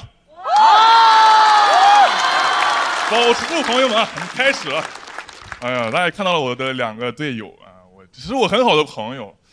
我真的很喜欢跟他们做朋友，因为我其实是个 I 人。我很希望能和朋友保持一定的距离。但是我不想长这么高了，我感觉长这么高真的非常的一般。我感觉有次我坐电梯到了1楼，门一开，外面站了一个小孩和他妈妈，孩子被我当场吓哭了，一边哭一边揪着妈妈在那哭说：“哎，妈妈，这是人吗？”他妈看了我2眼，也没说是人，也没说不是人。他妈说3个字比不是人更难听，他妈说快点走。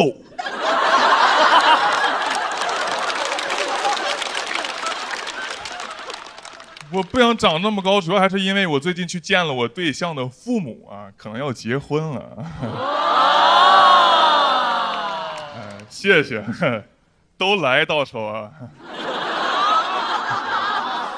但是他爸对我不太满意，他爸嫌我长太高了，但那个理由我真的不能接受。他爸说长得高的人呀，死得早。我说这叫什么话？长得高的人死得早，怎么是离天堂更近吗？还是怎么回事？当时我还以为他爸跟我开玩笑呢，我也回敬个小幽默。他爸说长得高的人呀，死得早。我说哈哈，叔叔，再早也没有您早吧？啊！但这不是最让我难受的，最让我难受的，当天回家我立马查了一下，太离谱了。刚打3个字长得高，第一个死得早，第2个为什么活不久？我赶紧去看，有些人说挺有道理，什么心脏什么的，但是最有道理的还是篇论文，他研究身高和寿命之间关系了，结尾还给一公式，说这个人呐，每高1厘米少活2年。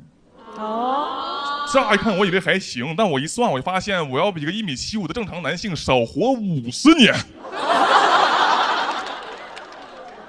今年就得死。对不起。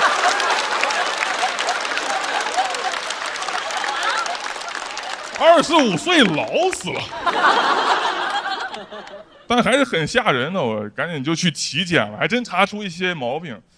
首先就是查出高血脂，这个毛病很多人都有，很普遍。但是我不太一样，我的血脂超级高，我的血脂是毛豆的4倍。什么？毛豆听完都吓坏了，太高了，你这也啊？哇，好像。大夫当时也不理解，问我说：“你是不是有什么不良的生活习惯？平时喜欢熬夜、抽烟？”我说：“没有啊，大夫，谁熬夜抽烟？不都饭后抽烟吗？”但是高血脂症状就是容易犯困啊，犯困我就直接睡觉就可以了，很好解决。但是屋漏偏逢连夜雨，我同时还查出第2个毛病，叫做重度阻塞性睡眠呼吸暂停综合症。这是这个病最好听的名字，它有另一个学名叫做呼噜打得和猪一样。我真打呼噜声音超级大，我会打那种把自己直接打醒的呼噜。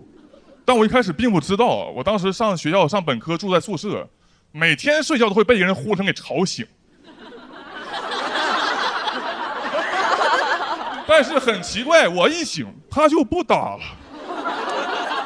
我说这小挺贼呀啊！专门打呼噜吵我，必须给他抓出来。我一晚上没睡，他一晚上没打。第2天室友都去学校上课了，我在寝室累得睡着了，他又出现了。后来我就不把自己打醒了，可能我应该不是鼾声减小了，应该是听力退化。我发现这个病一旦不把自己打醒，它就纯影响别人，像一种帝王病，跟那个宋太祖赵匡胤一样，卧榻之侧岂容他人酣睡。当时是我对象强迫我去医院检查的，去医院检查就是带一些仪器，然后在医院睡一晚，然后就查出来。我第一次去没查出来，没睡着。因为跟我一个屋的全是和我得一样病的人，我这不自相残杀吗？当天我演完出去的，去晚了，我还没进屋我就知道今天晚上睡不了觉了。长长一条走廊，只有我要去那个病房，门口的声控灯是亮着的。进屋我就知道应该是有4个人，算我有4个人。我听到2声巨大的呼噜和一声长长的唉。躺了1个小时，完全睡不着。那俩哥们打得太厉害了，我都想报警，我想让他们住手，我想说你们2个不要再打了啦。但是为什么我还能在里面睡着呢？全靠我旁边在叹气这个兄弟，我称呼他为我的兄弟，他真的给了我莫大的力量，他让我知道我不是一个人。还有人也没睡着，虽然我不知道他的名字，但是那一刻，他就是我的张怀民。凌晨4点半，我彻底的崩溃了，怀民也就寝了。他的呼噜声音最大，10分钟之后，整个房间里面只有一声巨大的呼噜和2声长长的唉。后来我就学聪明了，学聪明，第2天早去早睡测出来了，测出来大夫跟我说挺严重的，说我半夜睡着以后最长呼吸暂停时间达到2分半。哦，太厉害了，2分半！哎，我试过，我清醒的时候最多憋气30秒，睡着能憋2分半，也就是说，如果现在我溺水了，我应该直接睡觉。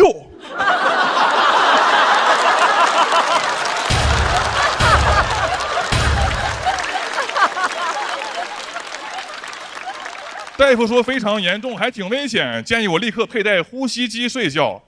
然后我就去买了。那个店员跟我说有1000到2万的，问我选哪个，我没买那2万的，那一看效果就一般，一看那价格我立马窒息了，我直接买了个1000多的，哎，但是真不应该贪小便宜，因为呼吸机就是这样的，它一个面罩扣你脸上，然后一根管子连一个机器，然后机器出气你就吸气，但我那个1000多那呼吸机啊，管子连机器那头特别容易掉，经常面罩还在脸上，那头已经掉床底下去了，早上起来床底下干净了。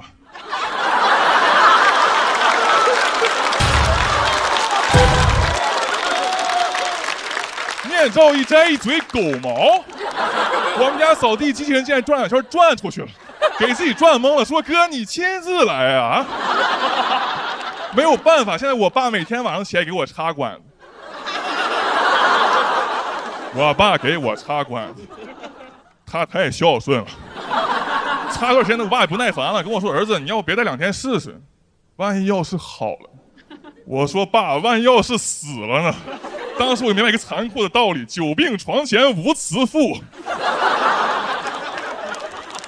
我现在走到哪儿都得带着我的呼吸机，它就是我的命根子。但是光带呼吸机呢，还不太够，因为血脂的关系呢，吃饭也不敢重油重盐。我吃饭还得带着海天薄盐，盐分下降但鲜度爆表。没办法，气管血管2头堵，我这种人想要活得久，只能是双管齐下。这次我们是住集体宿舍，然后分房间前，导演组问我对于舍友有什么要求，我说我只有一个要求，千万不要把我和对手分在一间房里，因为我太脆弱了，管子一拔，赛前淘汰了。尤其是季夜，因为他最擅长就是干拔。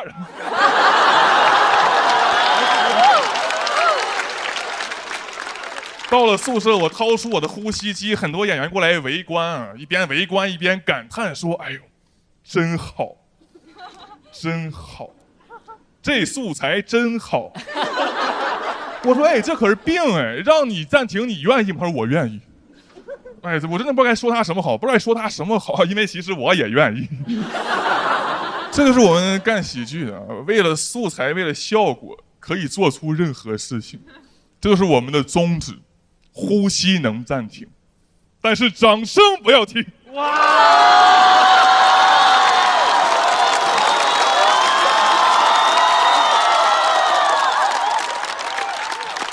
掌声不停，我不停 ，The show must go on。谢谢大家，谢谢。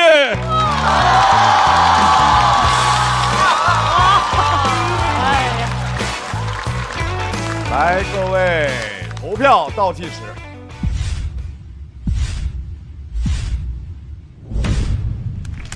感谢吕博伟的表演，我也是跟所有的演员朋友，尤其是没上场的演员朋友说一句话啊，就是一会儿大家要严密关注一下吕博伟的票数。我们看一下最后以要掌声来收尾的这种方式，到底是加分还是减分？我觉得高子两说。这个梗我解释一下，张老师。哇，这是一个梗啊，这不是这不是一种礼貌吗？一种商演的手段吗？这是这个桥段是我的好朋友徐浩伦帮我设计的。哦，还真是好玩好玩。他说我如果在台上讲这个段子，他给我转一些钱可以换一个不掉管的呼吸机吗？够吗？哇塞，吕先生，我简直太优秀了，我真的给你掌声鼓励，太棒了。然后，那你那个本身晚上确实打呼噜声音特别大，是吧？对，超大。多大？带麦克风那种大吗？就是力透纸背，基本上能影响隔壁2个房间，应该有那么多。哇塞！你在电梯里头，那个人刚刚我听着太逗了，他说快点走，快点，你没在后边说怕了吧？哎，那得被抓起来了。刚刚那个状况是我从来没有想象过的一个场景，就是一堆打呼噜的人在一起，在一个病房里。哇塞，那什么样？就是那晚上呜呼呼，那属于是 live house， 我感觉。高低错落，感觉有什么弦乐什么大 house 啊。哎，其实我记得吕博伟第1年来的时候，当时我在看电视，我突然发现，哎，这个画幅好像有点不一样，怎么有点卡头？那摄影师就往后拉住，然后他就上来说：“哦，大家好，我身高2米。”他的段子有一个魔力，就是因为他的视角是在座的大家都没有见过的视角。那所以说，今天他就是围绕打鼾这一件事情，但是有翻了很多的法儿，然后整个人松弛很多，然后最后的那个掌声，我觉得是蛮巧妙的。谢谢黄老师。刚才突然很想笑，是因为他从打鼾的，然后遇到打鼾的和他的朋友们。那一刹那就联想在一起了，所以我觉得特别的惊喜啊！因为之前我隔着屏幕看他的表演，我会感觉到他的紧张，而且甚至我会有一种在替他在紧张的感觉。然后今年你就会觉得他在台上有一种我特别羡慕的状态，就是无所谓，就是我在说我的东西我无所谓。包括有时候看有些歌手在上面唱歌，他会觉得哇他就是帅，然后其他他都无所谓。接受自己的表演状态的时候，就特别特别的吸引人。我就特别特别喜欢你今天的状态，就非常非常期待你后面的表演。对，谢谢，真的真的很好。谢谢周深老师，谢谢。就这段表演的确是高开高走，结尾异风突起，画风突变。但是我一直特别相信，就是时间的确会带来一些从量变到质变的神奇的结果。对，所以恭喜吕博伟，终于等到了质变的神奇的一刻。谢谢卢毅老师。好，是我也觉得，吕博伟今年的段子，就是因为他本人的形象就是很皮实，所以即便经历一些倒霉事情，观众也可以听得很轻松，就是就是段子和人的性格融合的很好。谢谢梁老师。来，我们先来看一下吕博伟在他的表演之后拿到的票数是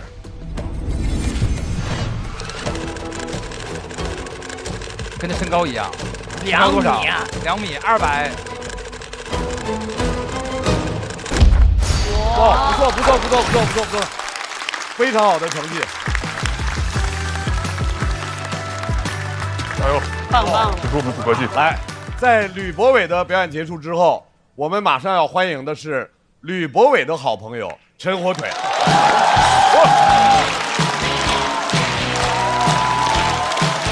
火腿加油！火腿等等！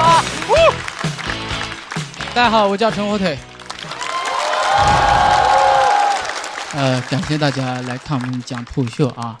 然后我不只是这一轮，上一轮我的队友也是吕博伟。其实说队友，我俩的关系描述的都不是很准确。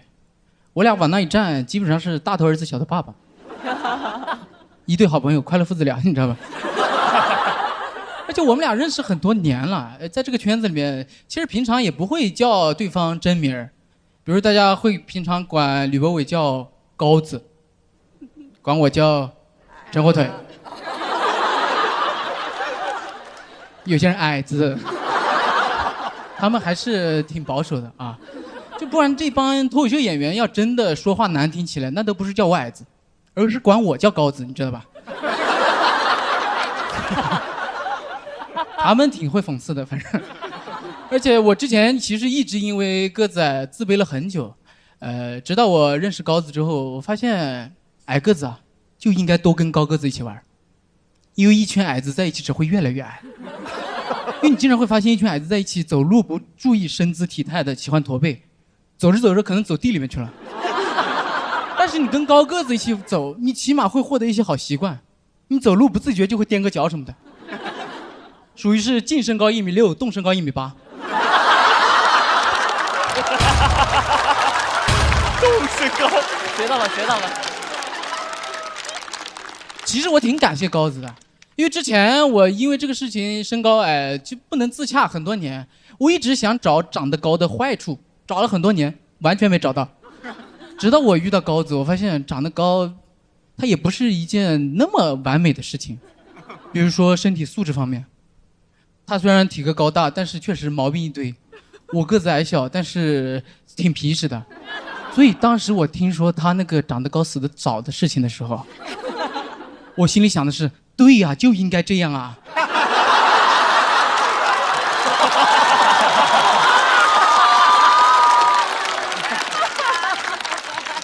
你都长那么高了，你还要活得比我们久？我们要在你的阴影下活一辈子吗？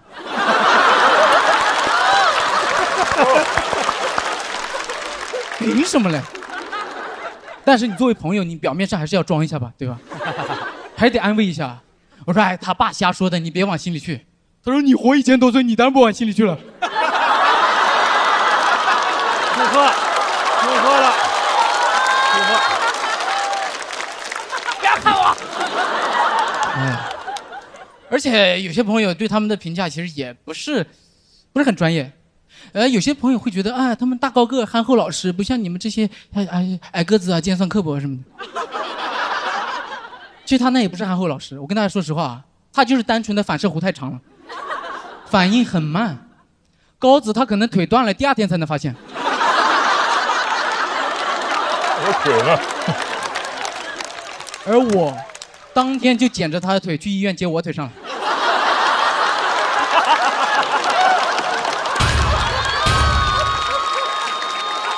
那他只能搓下腿了，从此就这么啊。他反应慢这个事情啊，有一次是把我都坑惨了。就有一次我们演出赶场，我本来打算坐地铁，但是高子骑了电动车，他那次忘戴头盔了，他没戴头盔算了，他那天说破天荒的要骑电动车带我一起过去。他那个时候200多斤，又2米多高，往那个电动车上一坐，还有多少地方给我？所以我想了一下，我说，哎，算了，挤。他说，你可以站前面。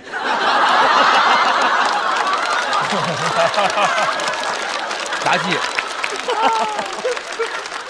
不影响，不影响。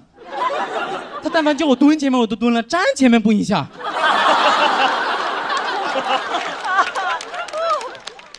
头盔也没个，把老子当安全气囊在那搞是吧？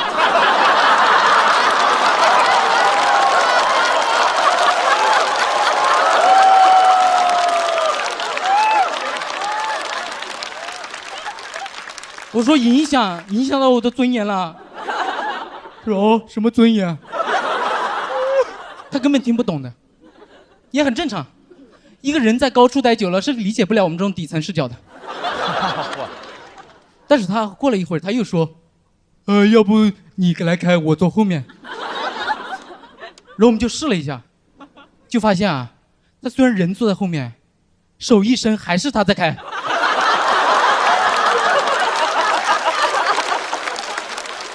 我起不到任何作用，而且他往前面挤一下，我还是站前面了。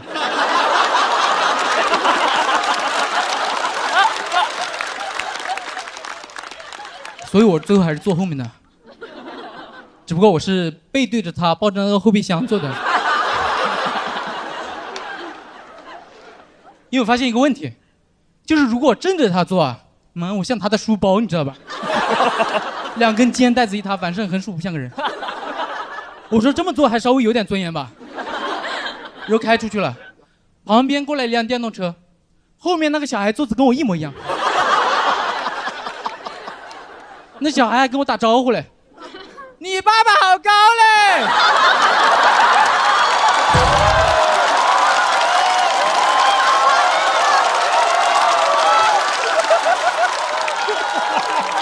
这个好有画面感。你以后肯定长得比他还高。这是我听过最难听的祝福了。但是好想骂他，但讲实话，心里又是那种恨铁不成钢的想法。我当时想，他是我爸爸就好了。你知不知道我爸比他矮几个头啊？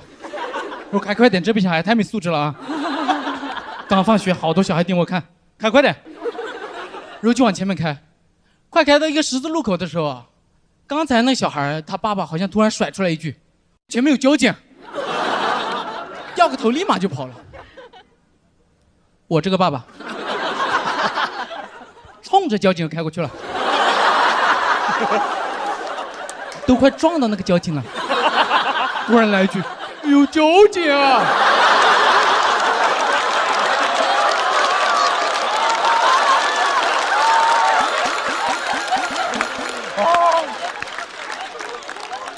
我说是，开过去，把他也接上电动车。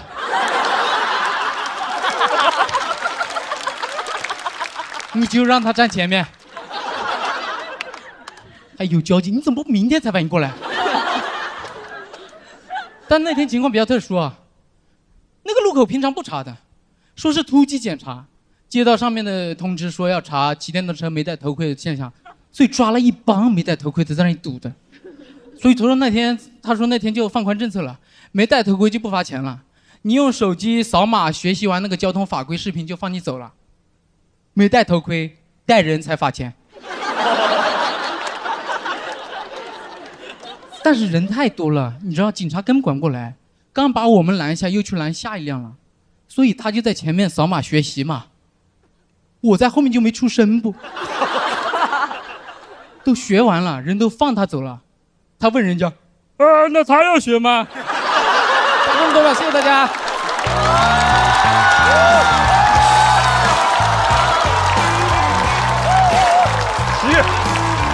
10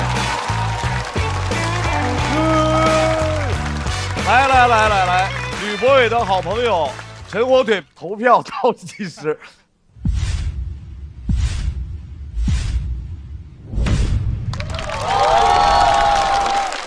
大富大贵啊，大富大贵啊，太可爱了，太好笑了。火腿哇，大家说说吧，黄子已经笑炸了，好吧，回来嘎嘎，已经笑出那乌鸦似的，嘎嘎。黄子红帆在这块发出鹅一样的笑声。对。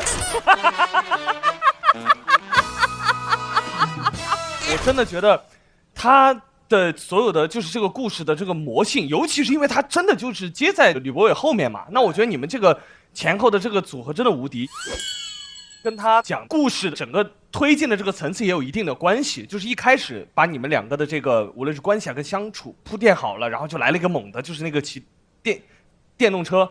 从你说了那个把你当安全技能师的时候，我就真的绷不住了。没错。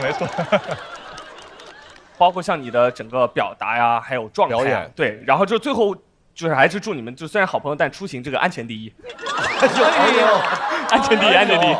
而且他们这个组合真的是像黄子说的，就是非常的完美，特别强。哎，高个儿。然后您说完这个故事之后，孙熙是法务，正好来处理他们这个事儿，正合适。而他们俩这演出特别像一个漫才的分着演，俩人。对。哎，你们俩平时在俱乐部的时候也会就是前后这么演吗？有时候碰到刚好这么排就讲这一段。你们这个真的很适合演专场，上半场是他，下半场你。哇，那观众的脖子看完这。哎，你们这次住在一起吗？就住一起。和他住在一起的感受是？因为我们之前校妈第一次团建，我们俩就是住一屋的啊。那个时候也是找的一个别墅吧，韦大爷那个别墅我就不说了啊。那个床啊，我俩一起睡，他睡对角线。哦，他斜着睡。对，不然的话脚会出去。我得跟他平行。等腰三角形。我以为您睡床榻就可以了，别是那个。我有点无语了，我代入了，就是他斜着睡，你睡这边，我还可以睡这边。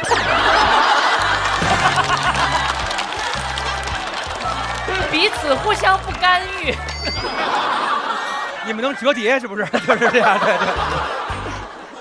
千岁，您说说您的感受。千岁，我现在就是敏感肌，超级敏感肌，就是脱口秀演员的魅力就在这里，就是其实这些事情我也都发生过啊。你也被人带着那个骑那个，就是你跟别人骑车，你要么就是扒着他的背像个书包一样，要么就像个安全气囊一样，你就只有这两个选择。坐那车筐里啊。我下次争取可以揣裤兜里。可爱。对，就是很开心嘛。我觉得这种所有人都在笑的时候，就特别开心。喜欢，棒！谢谢周深老师，谢谢。陈火腿这个段子确实听起来节奏很快，感觉确实比好像个子特别高的要聪明一点，不知道为什么。但我知道这是一段站在巨人肩膀上的表演。语言的艺术。就你俩的风格正好冲突很大，所以漫画感很强。就你们能这么排也很聪明。你的得分将会超过他的身高。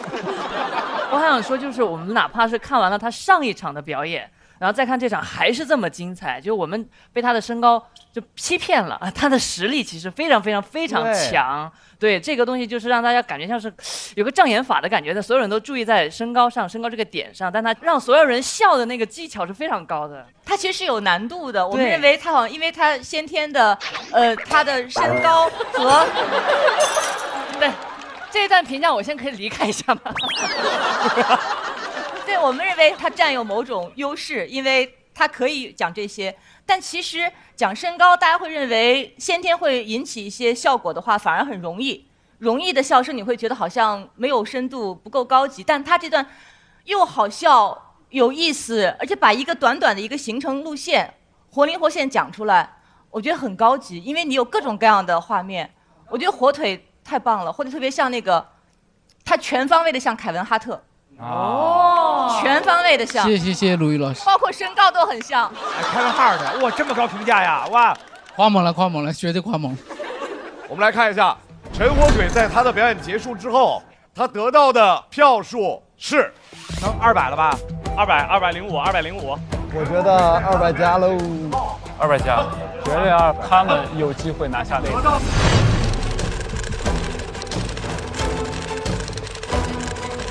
200。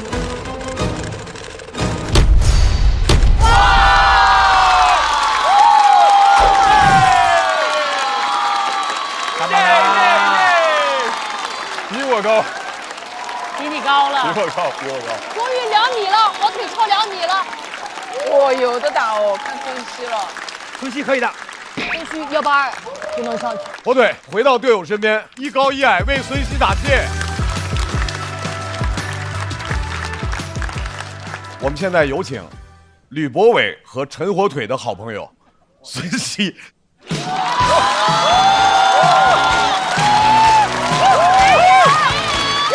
油！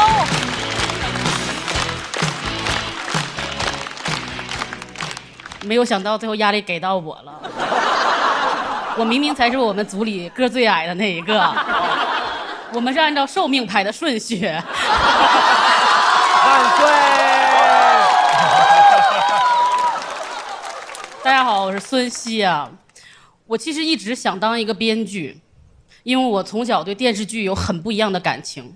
因为那个时候爸妈工作很忙，亲人都在外地，是电视剧陪我长大的。所以在我眼里，电视剧它不是电子榨菜，是我的原生家庭。你知道我那个时候会不自觉地把那种影视剧的人物当做我的人生榜样。然后我那个时候最爱看的是《三国演义》和《雍正王朝》。所以你们能想象我小时候的心愿，就是当个男的。如果再具体一点呢，我想当唐国强。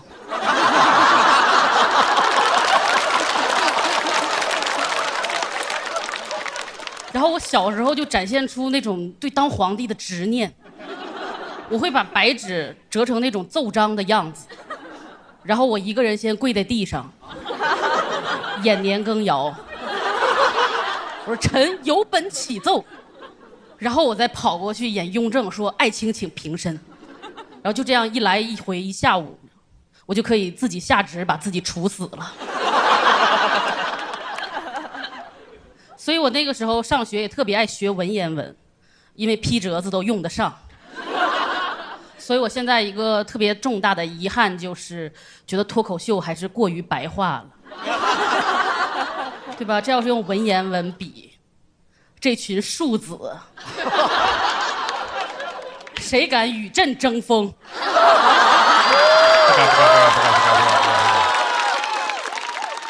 但是过于沉迷于当男皇帝，确实给我成长带来了一些困惑。我有时候感觉自己有点心理变态，所以我就会特别刻意的去看那种大女主类型的电视剧，我想调节一下我的阴阳平衡。没想到一下就看进去了。然后我就找到了我的本命大女主剧《楚乔传》。那个剧就是完全长在我的爽点上，因为楚乔特别厉害，他在乱世之中建立了一个国家，还发展了经济，就相当于他一个人干了《三国演义》和《雍正王朝》里的所有工作。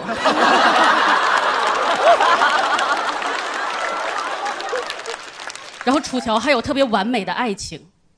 男主为了救楚乔，跳到冰河里，10年以后拍续集才捞上来。我当时给我感动坏了，你知道吗？我第一次知道，原来我也有一颗少女心。然后当时还有一些批评的声音，说《楚乔传》里边的争斗戏过于幼稚了，但其实我看就刚刚好，因为和我奏折里写的都差不多。甚至那个剧里边文言文的水平，你知道，和我也是非常相似的。那个剧里边间谍不叫间谍，叫谍者。哇！然后有一集男主就问女主说：“你想成为一个谍者吗？”女主说：“我想成为一个谍者。”男主说：“好，你现在是一个谍者了。”你知道我当时看完大受震撼了，就感觉每句台词都像是我能写出来的。真的，我当时太看那个剧了，你知道，我不光追剧，我还看小说，我甚至还买了那个制片公司的股票。哦哟！你知道我真的就想成为一个又美又强的大女主，然后我就花了整整3年的时间减肥，瘦了50斤，哇！然后还考过了司法考试。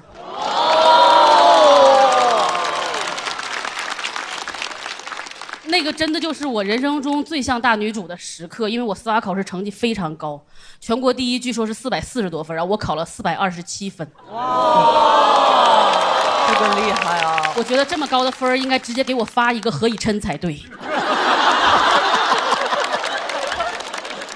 结果我一个帅哥都没有等到，因为即便是竭尽全力，我在相亲市场上也十分普通，就是优秀的女生实在太多了。但真正的帅哥是很少的，而且我严重怀疑，就是很多帅哥不喜欢大女主的类型，因为我从来没有遇到一个男生听完我的思考成绩就疯狂的难以自拔的爱上我。真的，我有一次相亲遇到了一个微软工作的帅哥，我真的挺喜欢他的，然后他也非常认可我的能力，就是觉得我俩不合适，然后他就送了一套正版的 Office 给我。正版的 Office。好浪漫，这个事儿就让我严重的破防了，然后我再也不想减肥了。我看到蛋白粉就想吐，我那个时候就感觉我被大女主电视剧欺骗了，因为电视剧一直告诉我，人只要足够优秀就会被爱，但实际上呢，优秀没有尽头，被爱虚无缥缈。我总想用帅哥的爱来证明我自己有价值，但实际上我要学历有学历，要证书有证书，难道帅哥的爱比学信网还权威吗？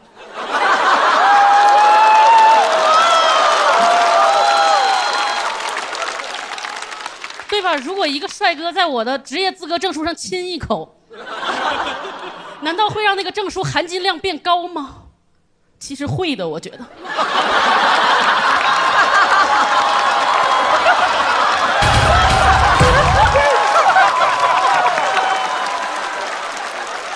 你知道吗？这就是我的矛盾之处，就是我总是在骂大女主不靠谱，但我其实就是想成为这样的大女主。就是我对帅哥爱而不得，就导致我显得有点嫉妒。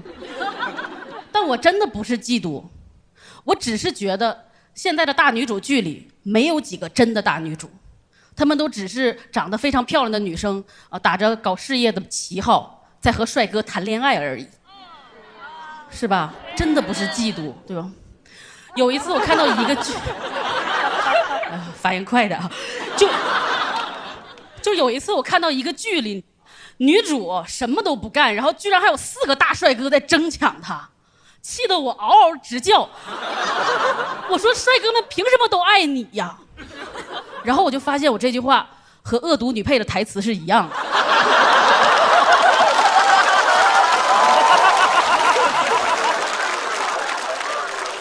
真的，我现在黑化了。我现在最喜欢的是《甄嬛传》里的安陵容了。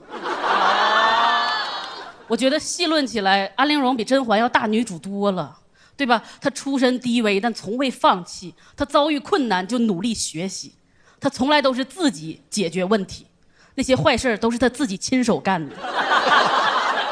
你知道吗？从来没有依附过任何一个男人，她身边连一个帮她的太监都没有，她只有宝娟。然后我越是理解安陵容，我就越发现，天哪，就是国产电视剧留给我代入的空间真的好少呀。我要么成为一个精神男人，要么成为一个恶毒女配，我要么变态，我要么变坏。哎，我作为一个30多岁的影视剧留守儿童，我发现我的原生家庭有问题。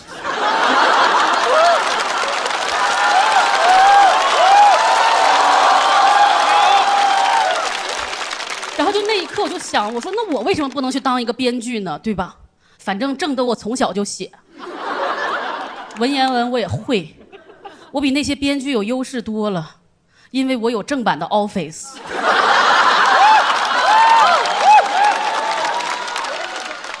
我也不想写什么宏大的命题，我就想写一个不一样的大女主，我就要写一个戴着眼镜、胖胖的、过了司法考试的大女主。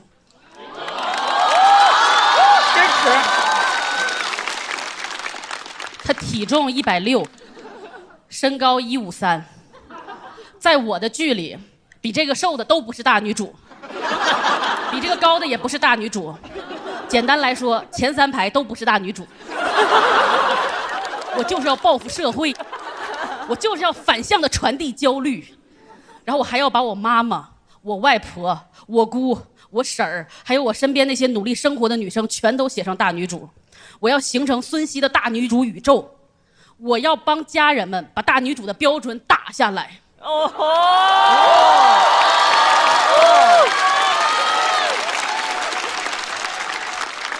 我就是希望有一天，大女主不再是一个遥不可及的梦想，就是每一个女生在追完大女主剧，在那个屏幕熄灭的那一瞬间，大家都可以在屏幕上看见自己。然后女生问自己说：“你想成为一个大女主吗？”我想成为一个大女主。好，那你现在是一个大女主了。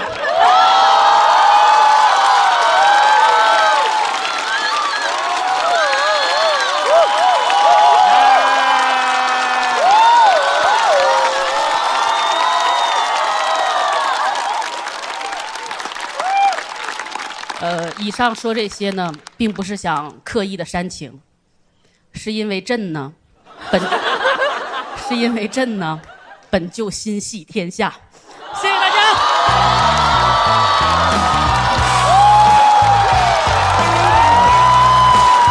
太狠了，太狠了，太好了，你太好了，太香，这真是高开高走。来，喜欢否？喜欢就投之啊！孙熙，投票倒计时。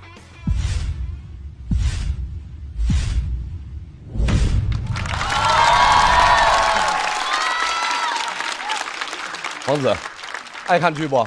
我虽然看剧看的没那么多，但是感觉在这儿把我过去20多年该看的戏全补上了。而且，其实我很好奇，就是想问一下孙熙老师，就是那你准备这一篇这个稿子大概准备了多久啊？因为我感觉像你这个量，1晚上的时间就足以。这是从小写到大的呀，感觉这是一个。对，但这个确实就是想过很长时间。因为1年多前我看到邵艺辉导演有一个演讲。然后他就是说，其实电视剧里边缺少很多给人学习的榜样，然后他鼓励创作者要创造一些更高的榜样，让大家可以在生活中模仿。然后他这个就是特别的启发到我，然后我才意识到我为什么小时候就是那么想当一个男生，其实就是一开始没有特别让我觉得心仪的女性的形象，我是直到就是《大宅门》里边那个二奶奶，我才特别有那种代入的感觉。所以我就是觉得，想写一下这个东西。好棒啊！对，最后那个你说那段就是要怎么写，那段一定要写出来啊，是吧？好的，多棒啊！那要拍成，但之前就找不着投资。吓我对不对？现在有 AI 之后，我感觉就是这一切也许真的能实现。我们也要献出一片爱，周深肯定投资。然后呢，我也。哇，嫁完你再嫁完我，确实听着就过瘾，觉得太对了啊，太棒了。其实孙熙从一开始参加节目的时候，他的语言就非常好，但是你总是心里有很多障碍，就是觉得哎呀会不会这样写不好呀？然后你第1年就没有出来，但你今年就感觉打通了你心里的障碍，你的情绪就非常直接，所以你的语言能力就完全发挥出来了，所以让我也感觉到非常的振奋，就是我很少感觉到这么振奋。哇，真的看得出来，感受得出来。杨洋老师2天了，第一次从旁边直接这样站起来鼓掌。对，这已经相当于我们翻了四手跟头了，明白吗？就是。这个要感谢我的编剧老师，就是编剧老师还是对我有很大帮助。他们先有那个小马老师帮我挖掘了一下我内心的阴暗面，然后还有孙书恒说我没有幽默感啊，然后他说完我一生气就写出来了。故意的，激将的好，有人激他啊，对啊，因为对于鸟鸟老师来说，从之前的2季就一直在看着他的。对，因为孙熙第一场是讲他当法务的嘛，他平时处理很多合同什么，他就要求语言一定要非常严谨和准确。那其实对写段子其实是有点降维打击了，其实，所以我觉得你写电视剧也肯定没有问题。可以，对，期盼看。希望能写一些律政题材啊。好，我们可以一起写。哇！好荣幸，好荣幸。哦，我觉得这段太棒了，而且孙熙今年，我觉得绽放了。我一直觉得每个人的花期是不一样的，但是总会绽放。而且他这段特别好，就是那个结尾要建立一个孙熙宇宙大女主，然后说大女主是160斤1.53米，什么过了法律考试，我觉得特别好。但也可以拍一个没过司法考试的那样的大女主。我挺期待的。谢谢。看完就感觉每个人自己都是在写自己的人生日记。其实我们就是这样，无论你是什么样子，你的日记的主角就是你自己。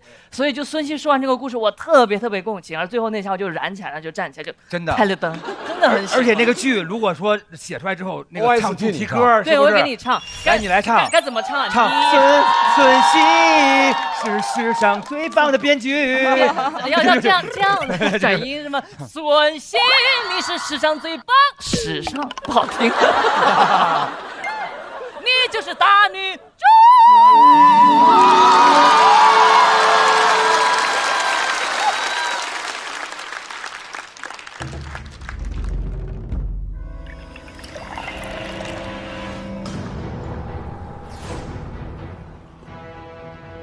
皇上，最近民间对您当大女主呼声颇高，您怎么看呢？其实，大女主3个字不足以形容我的大，我比其他大女主还要再大一点，所以我决定册封自己为太女主。太女主降临了。无所不能的太女主，全能自恋的太女主，ego超大的太女主。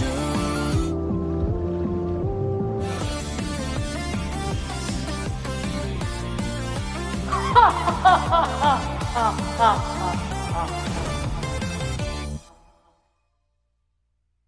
来，吕博伟、陈火腿以及一直守擂的3位来到台上。如果孙熙个人的票数超过182票，那么他们攻擂就会成功。我觉得可以，我也觉得可以。看票数。这肯定过呀，这肯定200呀，对不对？我觉得真的很高很高。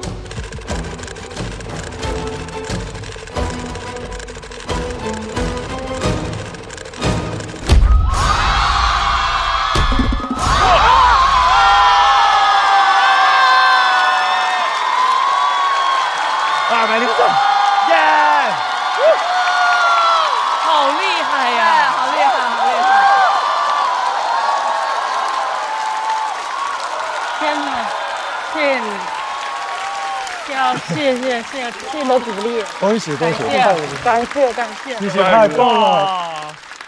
恭喜孙熙、吕博伟、陈火腿攻擂成功。完全的没有想到的一个事情。贾浩、大狗、阿赛进入到待定区，待定永存。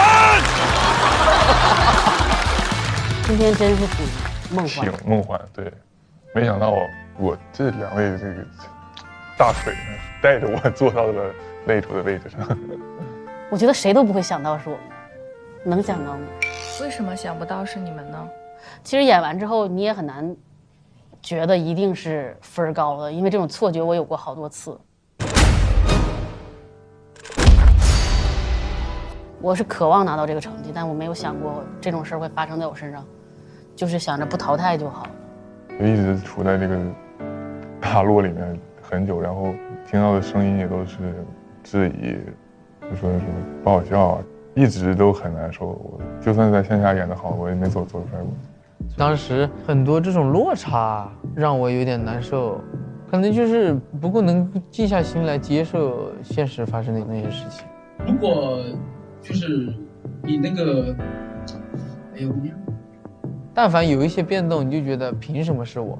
那没有什么凭什么，你得接受一切生活直接给你的东西。是在那个大家站在那儿，然后，邵刚老师就在那儿问说的，他们能不能超过？然后观众就在那里满怀信心的说能超过，能超过的时候，你们觉得会大于182吗？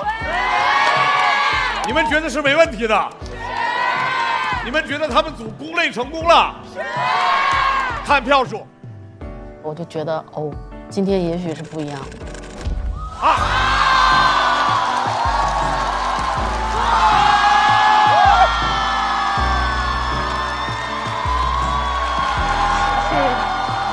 谢谢你。从他们3个身上，我就发现截然不同的体验，给你的火花也是不一样的颜色，但是你会觉得哇，好绚烂。他们真的很像《西游记》，你不觉得吗？也许到后面5人组团的时候，他们就组成了唐僧师徒去西天取经。但他们取经就是要经历很多磨难，但是他们在磨难当中也去让彼此靠得更近了吧。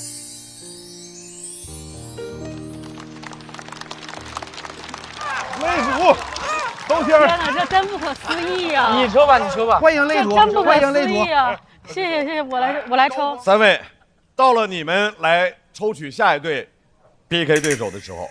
哦，小雪，他们将要迎来的学姐，小雪这支队伍，刚好处在人生不同的3个阶段。让我们欢迎冯子豪、侯志远、小雪。我刚刚大学毕业没多久。谁问00后的事儿了？谁敢看我？别怕，张俊是你队友。我要做世界上最宠他的人。来吧，老头，咱们练一练。杀疯了都已经！我春晚那饺子应该蘸他这话吃。3两都不容易。快乐不整虚的，咱的评价都是真的。感谢帮我们发现好去处的大众点评冠名播出。番茄是个宝，茄皇错不了。感谢约1颗阳光番茄在里面的茄皇联合赞助播出。颜值饥渴，鲜满10分。感谢颜值下降但鲜味爆表的海天博颜特约赞助播出。可口可乐益生元汽水，快乐不卡顿。本节目由可口可乐行业赞助播出。乳铁蛋白加乳脂球膜，助力宝宝体质双优。感谢真心守护宝宝成长的美蛋陈兰珍赞助播出。好网络就选中国移动，本节目由指定产品中国移动赞助播出。咔嚓咔嚓，一起脆翻天，本节目由美味酥脆有料有趣的雀巢脆脆鲨赞助播出。托友全国巡演已经火热开启，打开效果小程序参与城市许愿，享优惠看演出。6月26日起，周5、周6中午12点正片更新，会员抢先看1周。每周1中午12点，托友日记、大王洞的夏天、围观合宿生活。每周2中午12点，托友好好玩公园，看脱口秀演员的游戏时间。7月23日起，每周4中午12点，离场之后，梁海源对谈托友的视频播客，还有遇见他们第2季即将回归，朋友们请保持期待。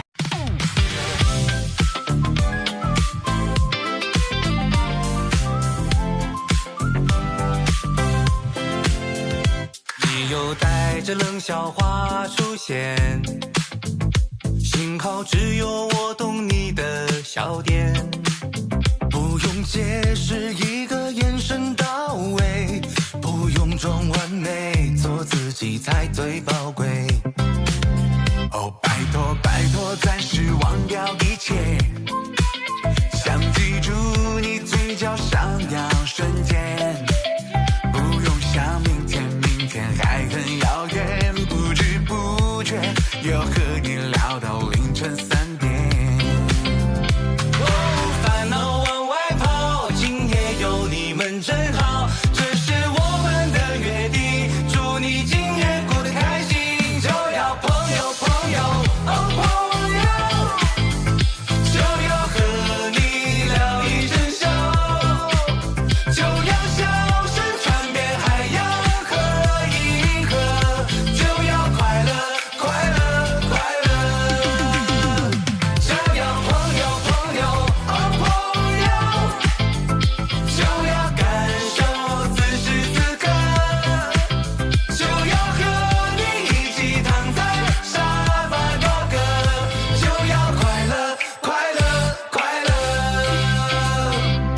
更多节目精彩资讯尽在新浪娱乐微博综艺、新浪综艺。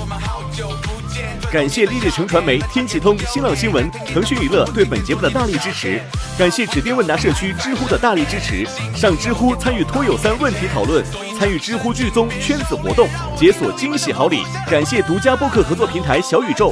想继续听脱口秀演员们台前幕后的真实故事，上小宇宙 APP 搜索脱友3特别企划，一起听见喜剧人的唠友局。感谢脱口秀和他的朋友圈水果汤泉对本节目的大力支持。